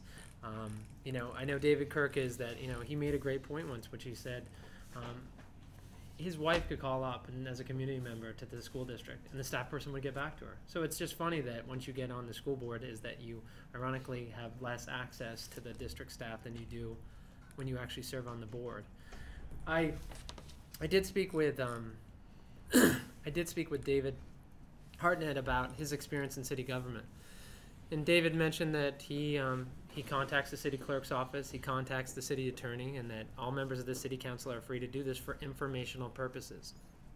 I think one of the things that's been hard since the turmoil we've had over the last year is that it's crossed the line where there's been action requests and action direction that's been given to the staff, and I would agree is that the reason why we elect a leader, and Patrick is our leader, is he is to direct the superintendent and take our message to the superintendent, and they're supposed to direct what happens. But I do have an issue when we lump action in with informational requests, and then additionally we err on the side of let's cut off communication. I would rather err on the side of board members having access to staff for informational requests, and if it became an issue, not just people are actually asking me questions, but became an overwhelming issue, then we'd revisit it then. I went back after I had been on the board for 14 weeks. I looked at all the emails I had sent to staff members. I consider myself a very involved, active board member, and I had 28 emails to 14 staff over 14 weeks. So I averaged 2 per week. That's the overwhelming amount for me. I understand we have 14 board members, so that could be 28 emails, but keep a week. But keep in mind is that these aren't all going to one person, and also keep in mind that those 28 emails I sent, some of those were going to Jeannie Collins, who wanted a copy of the motion. Some of those were going to Mary Ann because I didn't want to print Kyle's 60-page document he sent me for the curriculum committee. And I asked her nicely to print it for me for the meeting. So it wasn't overwhelming with informational requests. I appreciate all the work that went in there, but this is a significant issue for me, is that we talk about transparency, and I'd have to go back and look at our goals that we just talked about, is that I can't support transparency if I'm not allowed to ask informational questions of my district staff. And I do have an issue with this policy. I can't support this document as long as this policy's in there. Scott, can I ask you, can I ask you to, we're going to have this board development workshop on the 2nd of September. And I think that's the perfect point, time to have that discussion, because you bring up a legitimate question, or I think another one similar to that is, what if a constituent comes to me and says, I want this information about,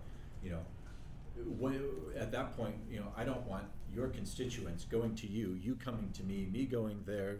It would get lost. So I understand there are some questions of clarity, particularly around information that we need to that I think are legitimate, and I think having a discussion about how other boards have dealt with these problems, because they're not new problems. We're not the first ones to come up with them.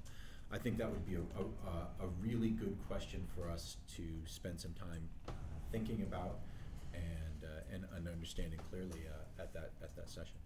Thanks, Patrick. Commissioner Giannini. I'd just like to point out the fact that we're trying to hire a superintendent, and how important this discussion is to someone who's considering working for this district. I just want to point that out, that if you're trying to hire a superintendent, what do they want to know about their relationship with the board? So I just think this is a very important conversation. And I think gaining some clarity around that. Yes. Certainly. Yeah. Commissioner Dodson. I like the way you responded, Patrick, and I agree. I think Scott brings up a legitimate point, but I think it's also important, and we need to keep reminding ourselves at many junctures, that so much of the conversation we're having takes place in the context of a district that's not functioning optimally. So the kind of conversations, the kind of requests were happening in the context that we're hoping we're doing the work, so that's not the context, right? So that in a highly functioning, so I keep going back because I think my organization thinks Champlain functions well. The transparency is there, the trust of the executive there's lots of information, and I think that stakeholders feel less need to ask the kind of questions that we've had lots of questions we needed to ask for understandable reasons. So I think that informs this conversation. So I think the clarifying and getting into it, But I think that the work of this is to try to create systems and things. If there was a systematic way, and it was, part of the way we operated, that certain information was made transparent and publicly available as a matter of course, I think some of this would go away personally. So that's part of what I think is happening here. May I say something? I'm not sure exactly how I feel one way or the other, how you guys do this, but I think what people are forgetting is that for some months there was a lot of toxicity going on between the board and the superintendent, and even when we didn't know what was going on. But the point is that unfortunately, sometimes what we do is we get into the habit of engaging in the same way. Once the war is over, you're still engaging as if you were in a war. And the reality is that I don't have any problem responding to requests, but all of you said to me, wow, you guys have a lot going on. There's a lot going on. So if I get the request and it's a respectful request, unfortunately, they're not always respectful. And I'm not talking about anybody in particular, but they're not always respectful. Sometimes they start off assuming distrust, the way the question is asked, assuming I actually don't know what I'm doing. Nobody likes to feel that way. And so I think it may be a matter of us really sitting down and talking about how we treat each other, because I've gotten questions and the way they were asked were inappropriate, or they were asking me inappropriate things, and even when I responded that you can't ask me, because as an HR there's lots of stuff I can't tell you. You're going to get that answer from me a lot, but you can't get angry at me because I'm giving you the answer that I know I can't give you that information. And understand that usually if you don't hear from me in a day or so, it's because I'm really busy. And send me another, don't send me a, what's your problem, you can't get back to me. Send me a, hey Nikki, this probably got lost off it, you're probably right. Now I'll be like, oops, really sorry, here you go. I think if we start giving each other the benefit of the doubt, things will go a whole lot better. I just think right now it's just everyone's being treated as if they can't be trusted, they don't know what they're doing, and like we're out to get each other. And that's where I think that comes from. Patrick, if I could just make another comment. So I think certainly quantity is a concern of mine. It's been a concern of mine already in the short period of time that I've been in this role. But the other piece for me and for the team that's working with me is being able to know if it's truly the will of the board.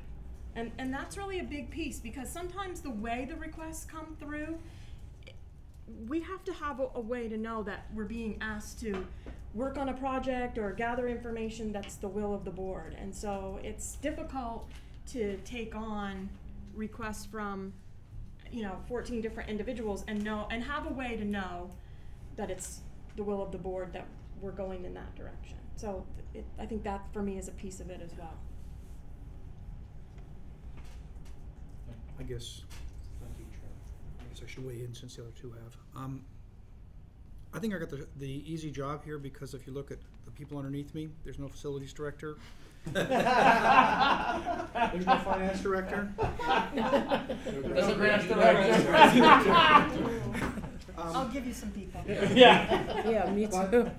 I appreciate the information request. Superintendent that I respect once said 5, 15, and 30. If you stop by, I can give you 5 minutes. Was it phone 5 minutes? Stop by 15 minutes. If I can get it to you within 30 minutes, I'll do that. Otherwise, it's got to be the will of the board. That's in a fully functioning, highly staffed district. We would love to be able to do these things. I may tend to point people to past board meetings where, we had that discussion the other day. The capital plan is out there. As a shortcut. It's a huge learning curve for all of you. It's not because we are trying to be obstinate or hide anything. It's really just a matter of survival. So I think, as Kyle mentioned, I think we're going to get to a better space and provide the reports on a regular basis to help, the finance committee reports, some of those things. So that's sort of my thinking about it. The 5, 15, 30, if we're all fully functioning, we'll still try to do the best we can. That's helpful. I had a clarifying question. I was thinking about, where we're coming from, where we're going. Back to the the org chart and what you all are going to do, the language here says supervising. And, you know, in my understanding of management, part of a solid supervisory relationship is an evaluation, a performance evaluation. So are you all committing to providing all of these professionals with performance evaluations? It's probably been a while since they've had a legitimate, credible, supportive, high quality, but inherent in that will be certain work for the three of you, right? But if to do this, you know, supervising, that's just a word. But, you know, if you're gonna, We've you know, actually started that. Yes. then performance evaluation has to be part of this, and that's what you intend to do. I mean, I have a strong track record on that. I gave Mark and Joel their first evaluation in 6 years. And we've been actually working on it. And Nikki and I have been going back and forth on documents for our teams.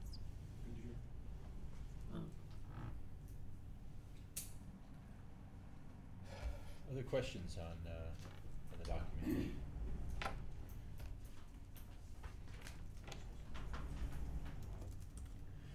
I'd like to say that as a board chair and on behalf of the commission, I'd like to acknowledge and reaffirm our commitment to working closely with the interim superintendent and the senior administrative team, and that we recognize and appreciate your dedication to the district and your professionalism during this transitional phase. And we thank all district staff as well for their continued support of the leadership team and the hard work on behalf of Burlington's children. As our relationship with the new administrative team develops, we as a board look forward to continuing to support their work in guiding the district until a permanent superintendent is recruited and hired. So we thank you for those efforts. I'm sorry, did you want to? No, I just kind of want to add one thing I was thinking about that's kind of sparked in me, which is you guys have all been put in different roles than where you were 3-4 months ago. And I think one thing that's important I feel like as a board that everybody knows that these are the roles you have now. Sometimes when we change roles in a company or a bureaucracy or whatever, it takes a while for people to figure out we got a new role. And I know all you guys have different roles, and I think I want to make sure that everybody knows that. You know, Stephanie is interim superintendent. We have, you know, people supervising people, and you know these evaluations are expected. And the board, Kyle just asked about them. You know, these are things we're looking for.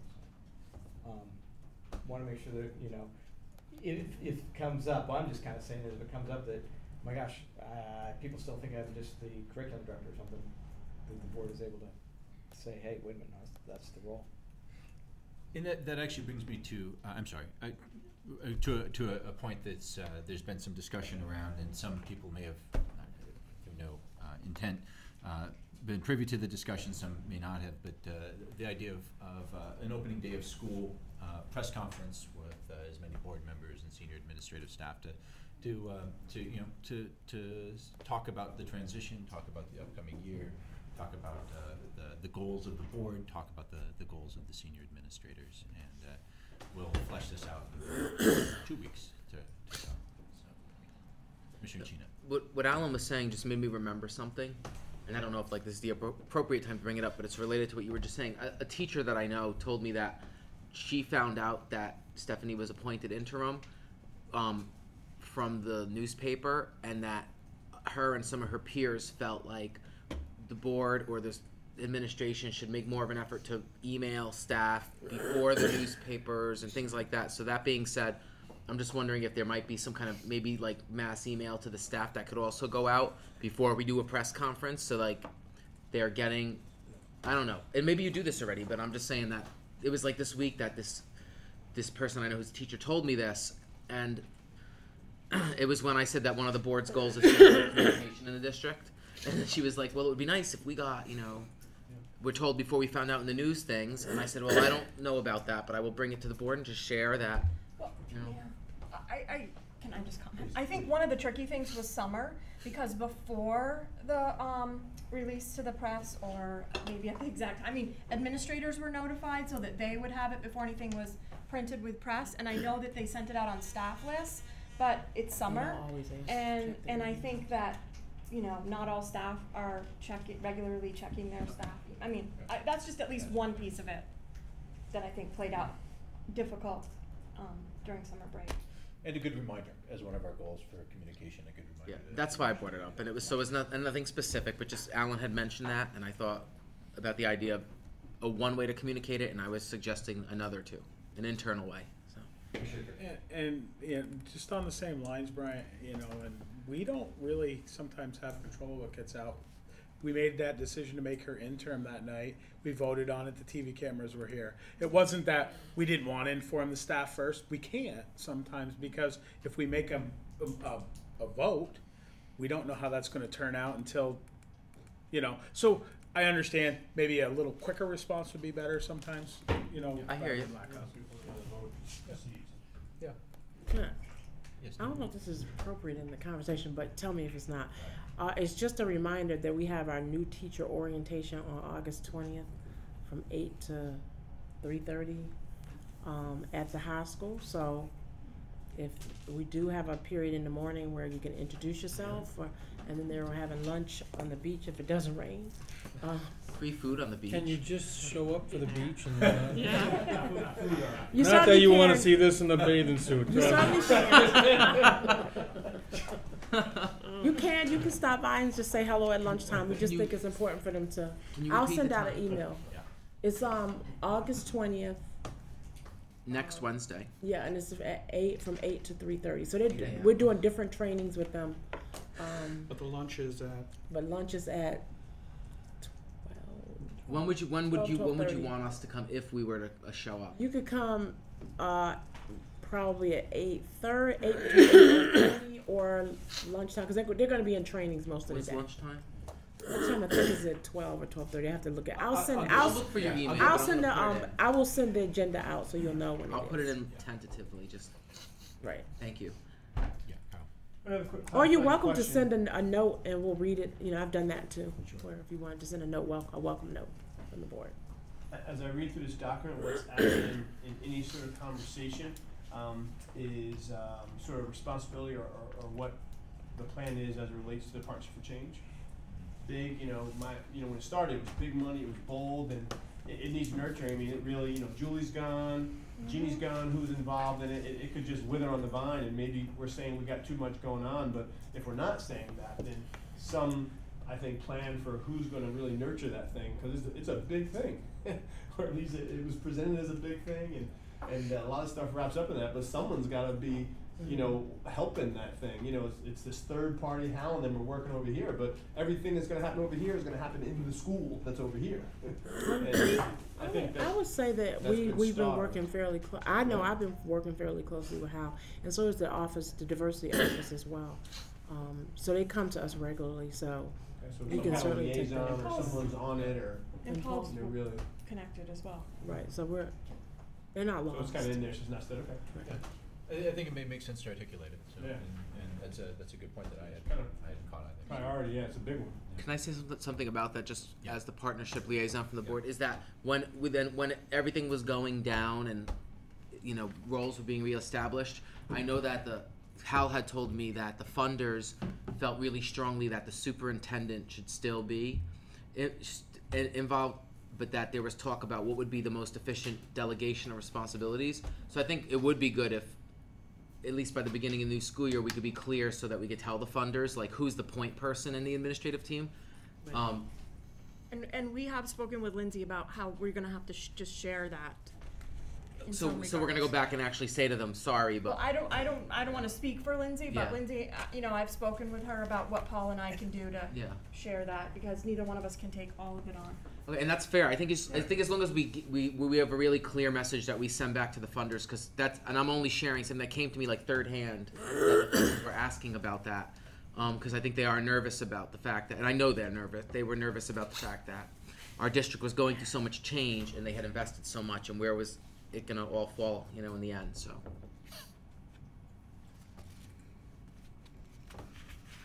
We had preparations for start of a school year. Is there anything pressing that we should know here? Do you want to talk about construction? That might be the most pressing. Construction projects. I think we updated ITC on the basics. There's always little bits and pieces that are going on. I think somebody once said we always overestimate coming under budget. I think it was Commissioner Squino. So I think we're coming in within expectations, even with little glitches that come up. Principals are nervous, but I showed them pictures today. Just changed since Friday. If you went in the hut on Friday and looked down the halls, you would have thought it was a tornado. I went in there Monday morning to take pictures. I couldn't find anything that looked terrible at all.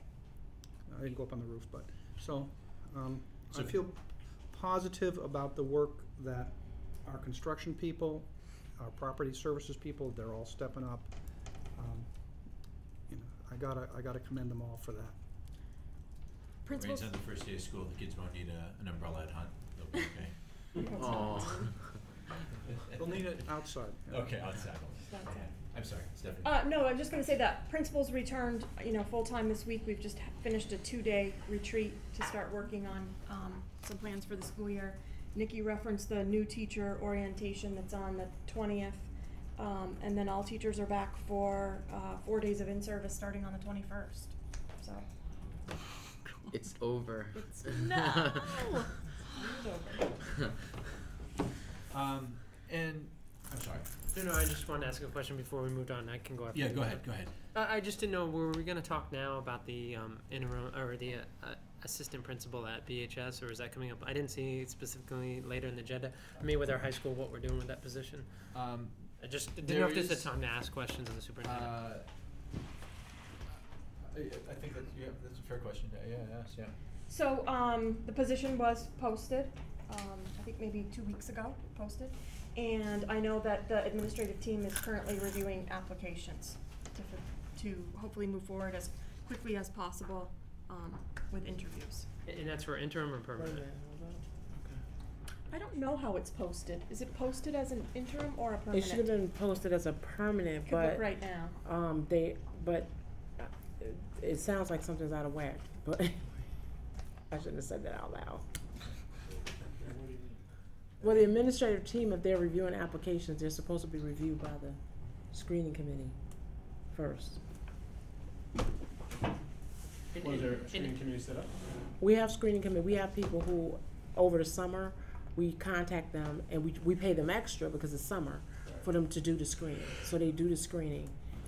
So you would know if this happened, right? Right. And you don't know about it happening. Don't know. Okay. And I know there was talk at some point about, during the previous search, there were several candidates who were identified to the superintendent. So was that an option, or is that something we can do, is like go to the other candidates to see? We can certainly have them reapply. I guess. Okay, but so we can't just use the last search and use one of those people who wasn't selected by Jeannie Collins? Well, we could, but I mean, the way it works is that the principal would submit names to the superintendent. So I don't know that she's submitted those 2 names to the interim superintendent. Because there were 3 the first time. I haven't received any names. But you, in terms of like, because as you always say, you keep us on the straight and narrow with legalities. So if the principal of BHS were to submit the other 2 names forward to Stephanie, that would be a good search. And if Stephanie likes because one of the 2. we haven't officially called this a failed search. Okay. So that would be doable. Right, it could be doable. And it's not a failed search. We haven't designated it a failed search. Okay. And that's just so I understand our hiring process in the district. So there's nothing that can be done from, can the superintendent say, I would like you to submit those 2 names, or it's completely to the discretion of the principal to decide whether they're going to forward those 2 names? The ultimate decision is up to the superintendent, actually, but typically it's the principal that submits the name. I would ask Stephanie if you would look at those 2 candidates, and you obviously that's your decision, but I would ask that you review them and just to try to save the search, save time, save money, and obviously if you don't feel those candidates are qualified, then certainly we want to get the right candidate. But I would appreciate your fresh set of eyes on that.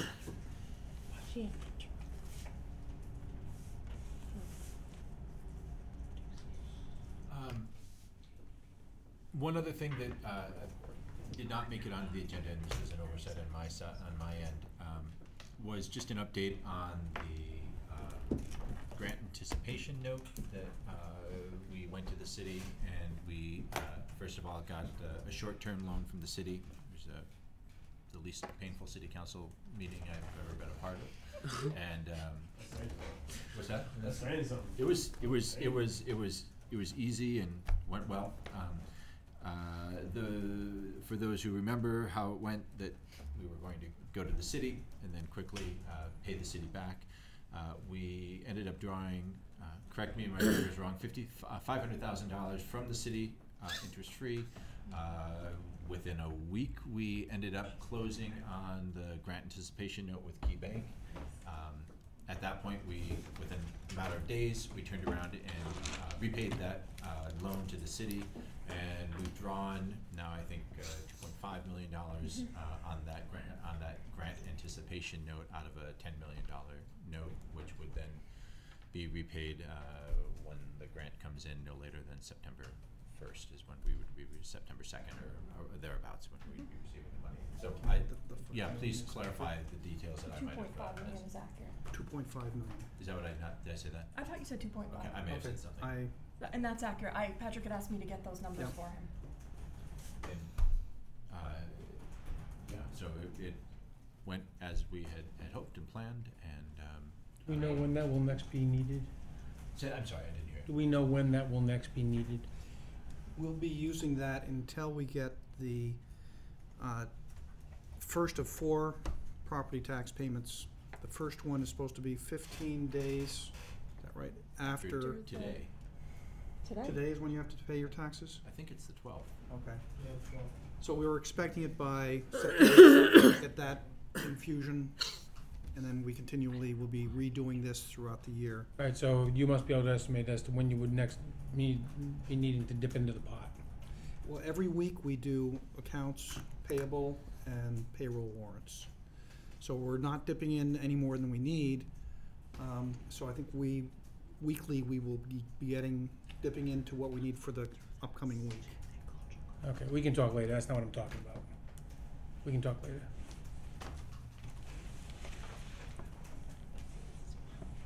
Commissioner Kirk. Patrick, we spoke at the planning meeting about 2 questions. I thought they were going to be directed to Stephanie about, one of which was the deletion of unused positions. So we were going to bring that. I was going to bring that up during the ITC committee report, since that's where it was. And then the other one about the budgets that we had talked about. You could feel free. We can answer that. I've asked you both of those questions, and you answered. The first question was about the authority to eliminate positions. One of the discussions that's been going on in finance and other places is that sometimes there are old positions that haven't been filled, but that also haven't been eliminated, and trying to get some clarity that ITC was attempting to, they had suggested a restructure, but they wanted to remove the 2 co-director positions so that those positions, wouldn't figure into a budget and wouldn't continue. And you said that you have the authority to remove those That was positions. my understanding. That if they, that we can move forward with the process of having the co-directors removed if they have proposed going to a new model that replaces the co-directors. Like, we have a process, if that's what's being, because that's what you're suggesting as the proposal. Right, your suggestion. So there's no longer the need to have the co-director Right. positions because of the structure that is being proposed. Because the way we saw it as a board was that the changing of positions was the creation of a new position. It's how the spirit of our discussion was when we talked about the hiring freeze. So to not cloud the issue anymore, the thought process is to eliminate those positions, and that'll clear up this one thing. And then we can look at other areas separately, I think, or maybe generally, I don't know. If a position hasn't been filled in the last 12 months due to unnecessarily needing that position, maybe that position should be eliminated. Not due to a failed search or a needed position like the principal or something. I don't know how that all works. And so that may need more detail. The one that I was specifically referencing was if we go from co-directors to director Right, that's where Yep. the beginning was, that conversation. That's what we were working on, that one piece, that's Yep. all. And then, but then I hear you saying that another Later on, piece yeah. would be to look at positions that are no longer used. no Yeah. longer used. Would it be worthwhile, because we seem to have a whole lot of things on the table around positions. We're talking about the position analysis. In addition, you have a motion with regard to job descriptions. And it seems that as we're looking at those, to look at it from a bigger picture and look at what do we need and what don't we need, rather than just go, well, we haven't filled this position for 10 years, so let's just dump it. I really think we need to look at it as a much larger picture as to what the district needs and how the district needs to function.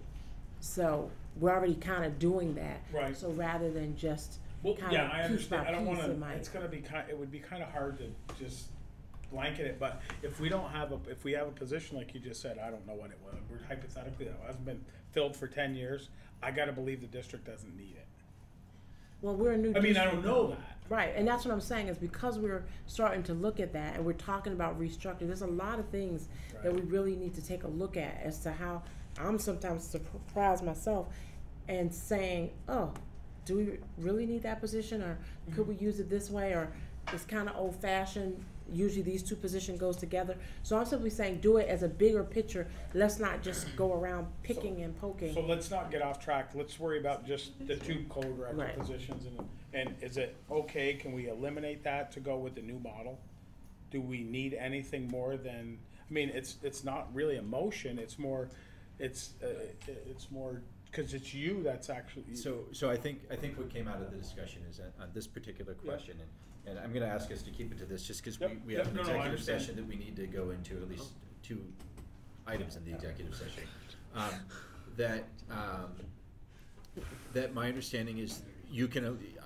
I would ask you and Paul to get together. I know Paul understands the reorganization that you've suggested to eliminate the 2 positions, and then we can bring those other positions forward for. I guess would we need to bring those? The only one I think that the senior facilities position was already in existence. It was in existence. Vacant for 2 years. Okay, so but if it's in existence, it wouldn't need to be brought back to the board. Well, that's the theory behind. That's where the discrepancy came in last time. So yeah, I think it is a good question to continue to have discussion around, and but I do think it's a longer discussion outside of this one. The other question, Stephanie, that had been asked was about whether buildings have their own budget and how much control they have over that. And they have a budget. They have a budget. Because I think you asked me about in the creation of the budget, like what's there, and right now they have very little involvement in the budget process, but that's something that we have been talking about, specifically with Ed being here and thinking about just the overall financial structures that we have, and that might be something down the road that we look to do, sort of more decentralized budgets and have building principals have more involvement. I would say the high school principal definitely has more involvement than elementary and middle principals, but still none of them have a lot of involvement in the creation of their budgets. Motion for the consent agenda. So moved. Seconded by Commissioner Clayman. All in favor of the consent agenda, please say aye. Aye. Opposed? All right. ITC committee report. just did it. All right. Diversity and Equity Committee report. School board questions. We discussed our work plan. Patrick and I met with the superintendent to discuss the work plan, and we have identified an agenda for September. We discussed the work plan at the board retreat, so I don't need to go through that. So we're on track. Curriculum Committee? Due to vacations and other issues, we had to postpone, and we will be meeting this Thursday. Finance Committee. Mark, Stephanie, were you bringing forward the motion? Mm-hmm. Oh, I'm sorry. Okay, yeah. So I'm going to put forward a motion on the warrant process. Some of you have been familiar with the fact that we've There was an issue about board members So needing. let's make the motion, then I'll let you Oh, speak so to it. sorry, That's all right. sorry, yes, sorry. So- So here's the motion, read the motion. All right, Yeah. second, the motion Oh, okay, is that's right. available on board docs. Second the motion? Second. Commissioner Dodson, would you like to speak to it? Yes, this just defines a warrant process that doesn't require the board to come in and sign warrants every week, and the superintendent essentially ascertains that the funds are actually there and makes a report to the board periodically about the amount of payroll expenses and purchase orders and so forth. And this came through your discussions with, this was guided through by Ed Gomo, is Yes. that correct? Any discussion? Commissioner Mattson? Quickly, it says basically we're gonna get a report. We've had these on the consent agenda as is. Do you know, is that gonna be something that continues, or, cause even like in this consent agenda, it was like the payroll and operating amounts will be on the next consent agenda. Is that gonna stay on consent agenda, so we actually have to vote on these? You know? My understanding is that it's not, Okay. Stephanie, and that we're going to get a report. Right, Okay. that's Right, my understanding. because she's Through the essentially. superintendent's report section or Right. some Okay. section of the agenda, Okay. that there'll be a report. Okay. All right. Anything else from, I'm sorry, we didn't vote on it. Any other discussion? Yeah, I'm sorry. I just wanted to say, I did not support this in committee, and the reason why is I agree with the thought behind it, and I could support it in the future. I just, and I understand Ed had his hands helping us craft this. I would rather wait for Ed to be done with his suggestions, the improvements to be made, and for us then to do this. Is that the reality is the process we have now, you know, I would go in and I would flip through hundreds of pages and I would ask questions, and it wasn't a great process, and we were looking for something else, because if we were trying to convince people we knew what we were doing when we were signing the warrants, it was indefensible that you could say for certainty that everything was legitimate. You know, that you were validating, I should say, is that you couldn't validate your own experience. The only concern I have is when you sit there and say, we're going to take away a responsibility from the board and we're going to put it on the staff, is that right now is that as we're going through, you know, we don't have a finance director. Ed Gomo's, you know, working with the finance staff to help them, you know, understand all the positions, all the policies, and improve that, but that's not done. That's just starting. So I don't like the message it sends that we actually are doing this now. I would be comfortable doing with this in a few months, but I don't like the message it sends. It's saying the board is taking their hands off a process. I understand that, as I said, not many board members are actually going through and doing it, and I certainly, the few pages I do are a couple out of hundreds. So with that said, I understand where people are coming from, but I'm gonna have to vote against it. Any other comments? Right, all in favor of the motion, please say aye. Aye. Opposition? Nay. Nay. Nay. Let's have a show of hands. All in favor of the motion, please say aye. 1, 2, 3. All opposed? 2, 3, 4. Can we abstain? Because I feel like I feel uncomfortable You choosing. choose not to vote. Okay. Yeah, all right. The motion does not pass for the new warrant process. Point of order, is that, I thought there were particular constraints on when one can or can't abstain. Not just. I was wondering the same thing, and I don't know. I honestly, I don't know the answer to the question. You are more versed in abstentions and Robert's rules than I.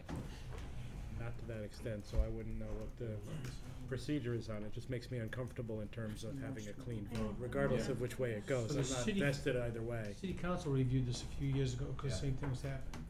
And they actually passed an amendment that required a no or an abstainment to be followed with a reason why. So the City Council, they can't do that any longer without saying why that has to be included. And it was a stretching of the Roberts rules, and they looked at it, and so. We don't have such a rule at this point.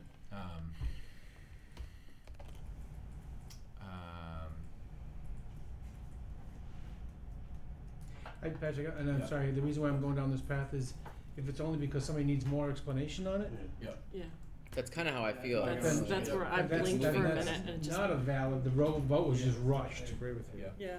So, and I think that's a fair statement. Now we're in a little bit of a quandary now. Well, it sounds like maybe there was some hesitation in the declaration by the chair of declaring the vote. I don't know, but perhaps. I didn't hear him declare the vote yet. So it perhaps it might. Yeah, I didn't, honestly. Perhaps be wanting to take.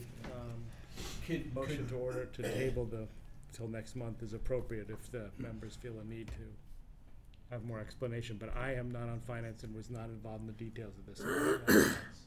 If that impacts other things, so I'll pose it, but let a finance member decide whether to make that motion. I think it makes sense to table it until next month. Miriam was more deeply involved in this, and perhaps Ed could be here. Yep. Do we need a second for a table? Okay. We have to rescind, do we have to rescind? The vote was never Tabulated. Yeah. never tabulated officially. I cut you short in the middle of your sentence. You did. Sorry about that. No, that's maybe good. That's maybe good. Are we comfortable So with? I'd like to make a motion to table this until next month. Is there any? You just seconded a motion. I just seconded that motion. All right, so, oh God, help me with my, do we need it's not a discussable, I guess we, a vote. All in favor of tabling the motion till next month, please say aye. Aye. Any opposition? All right, all in favor, good, we've tabled. Fine, you can't abstain again. I didn't even see that. I didn't abstain. I just was trying to decide, and it went fast. I'm sorry. The previous warrant process. The previous warrant process remains in effect at this point. That's, Yes. I Anything saw else from some, finance I saw some committee? question I over think there. that's fair. Yeah, like, With that time in Am your I hands? I think it's fair. We make sure everybody has a say and they understand the decision they're making. So I think that's. Yeah, I would like more details about why we're changing it, maybe. Yeah. Just a reminder, Could the finance committee needs to get in and start signing those things, because Yep. if you delay them, people don't get paid, and that's bad. There's some tomorrow, there's some the next day. We've been operating under this because the finance committee made the same decision that's legal to authorize the superintendent to act. So I've been We're signing. not for the changing last any of the couple weeks. backup or any of the bottom lines or any of the budget issues. This was simply, if we don't do it, we need 2 people to come in 2 or 3 times a week to sign it, and we were putting timing for payrolls. It was problematic for the finance committee. It has been for a long time. Yeah. It may be perfectly valid. We may have this all cleared up next month. I have to accept some responsibility for not responding to Scott's comment, and so I will do that. The motion saddles the superintendent with the responsibility for ensuring that the funds are available to cover the payroll and other expenses. She is in a better position to do that than we are as board members, coming in off the street to, at the last minute and sometimes late to get the payroll out. So in terms of oversight, there's an improvement in oversight by shifting to this warrant process than the previous one with the board signing it. And that really was the motivation. And so this requires the superintendent to validate and to verify to us that the funds are in fact available and that they reflect the budget allocations that have been stipulated in the budget process. So that funds haven't been moved around and so on and so forth. So as I said, in my view, and I think in Miriam's and Ed's and perhaps others, the superintendent and her staff are in a much better position to ensure that we're writing checks that we can pay than we are as board members coming in off the street. In fact, I think the board members signing it is a deeply flawed process because we do not know. Scott may spend some time with this, but in reality, the rest of us don't have the time to do it nor the knowledge of it. So this is actually, financially, this is a much more responsible warrant process that was described in this motion than the one that we are currently doing in terms of board members coming in. And with school starting, some of us won't be able to come in, so some of the finance committee members are going to have to take quite a responsibility for signing warrants. And I apologize for not responding. should have.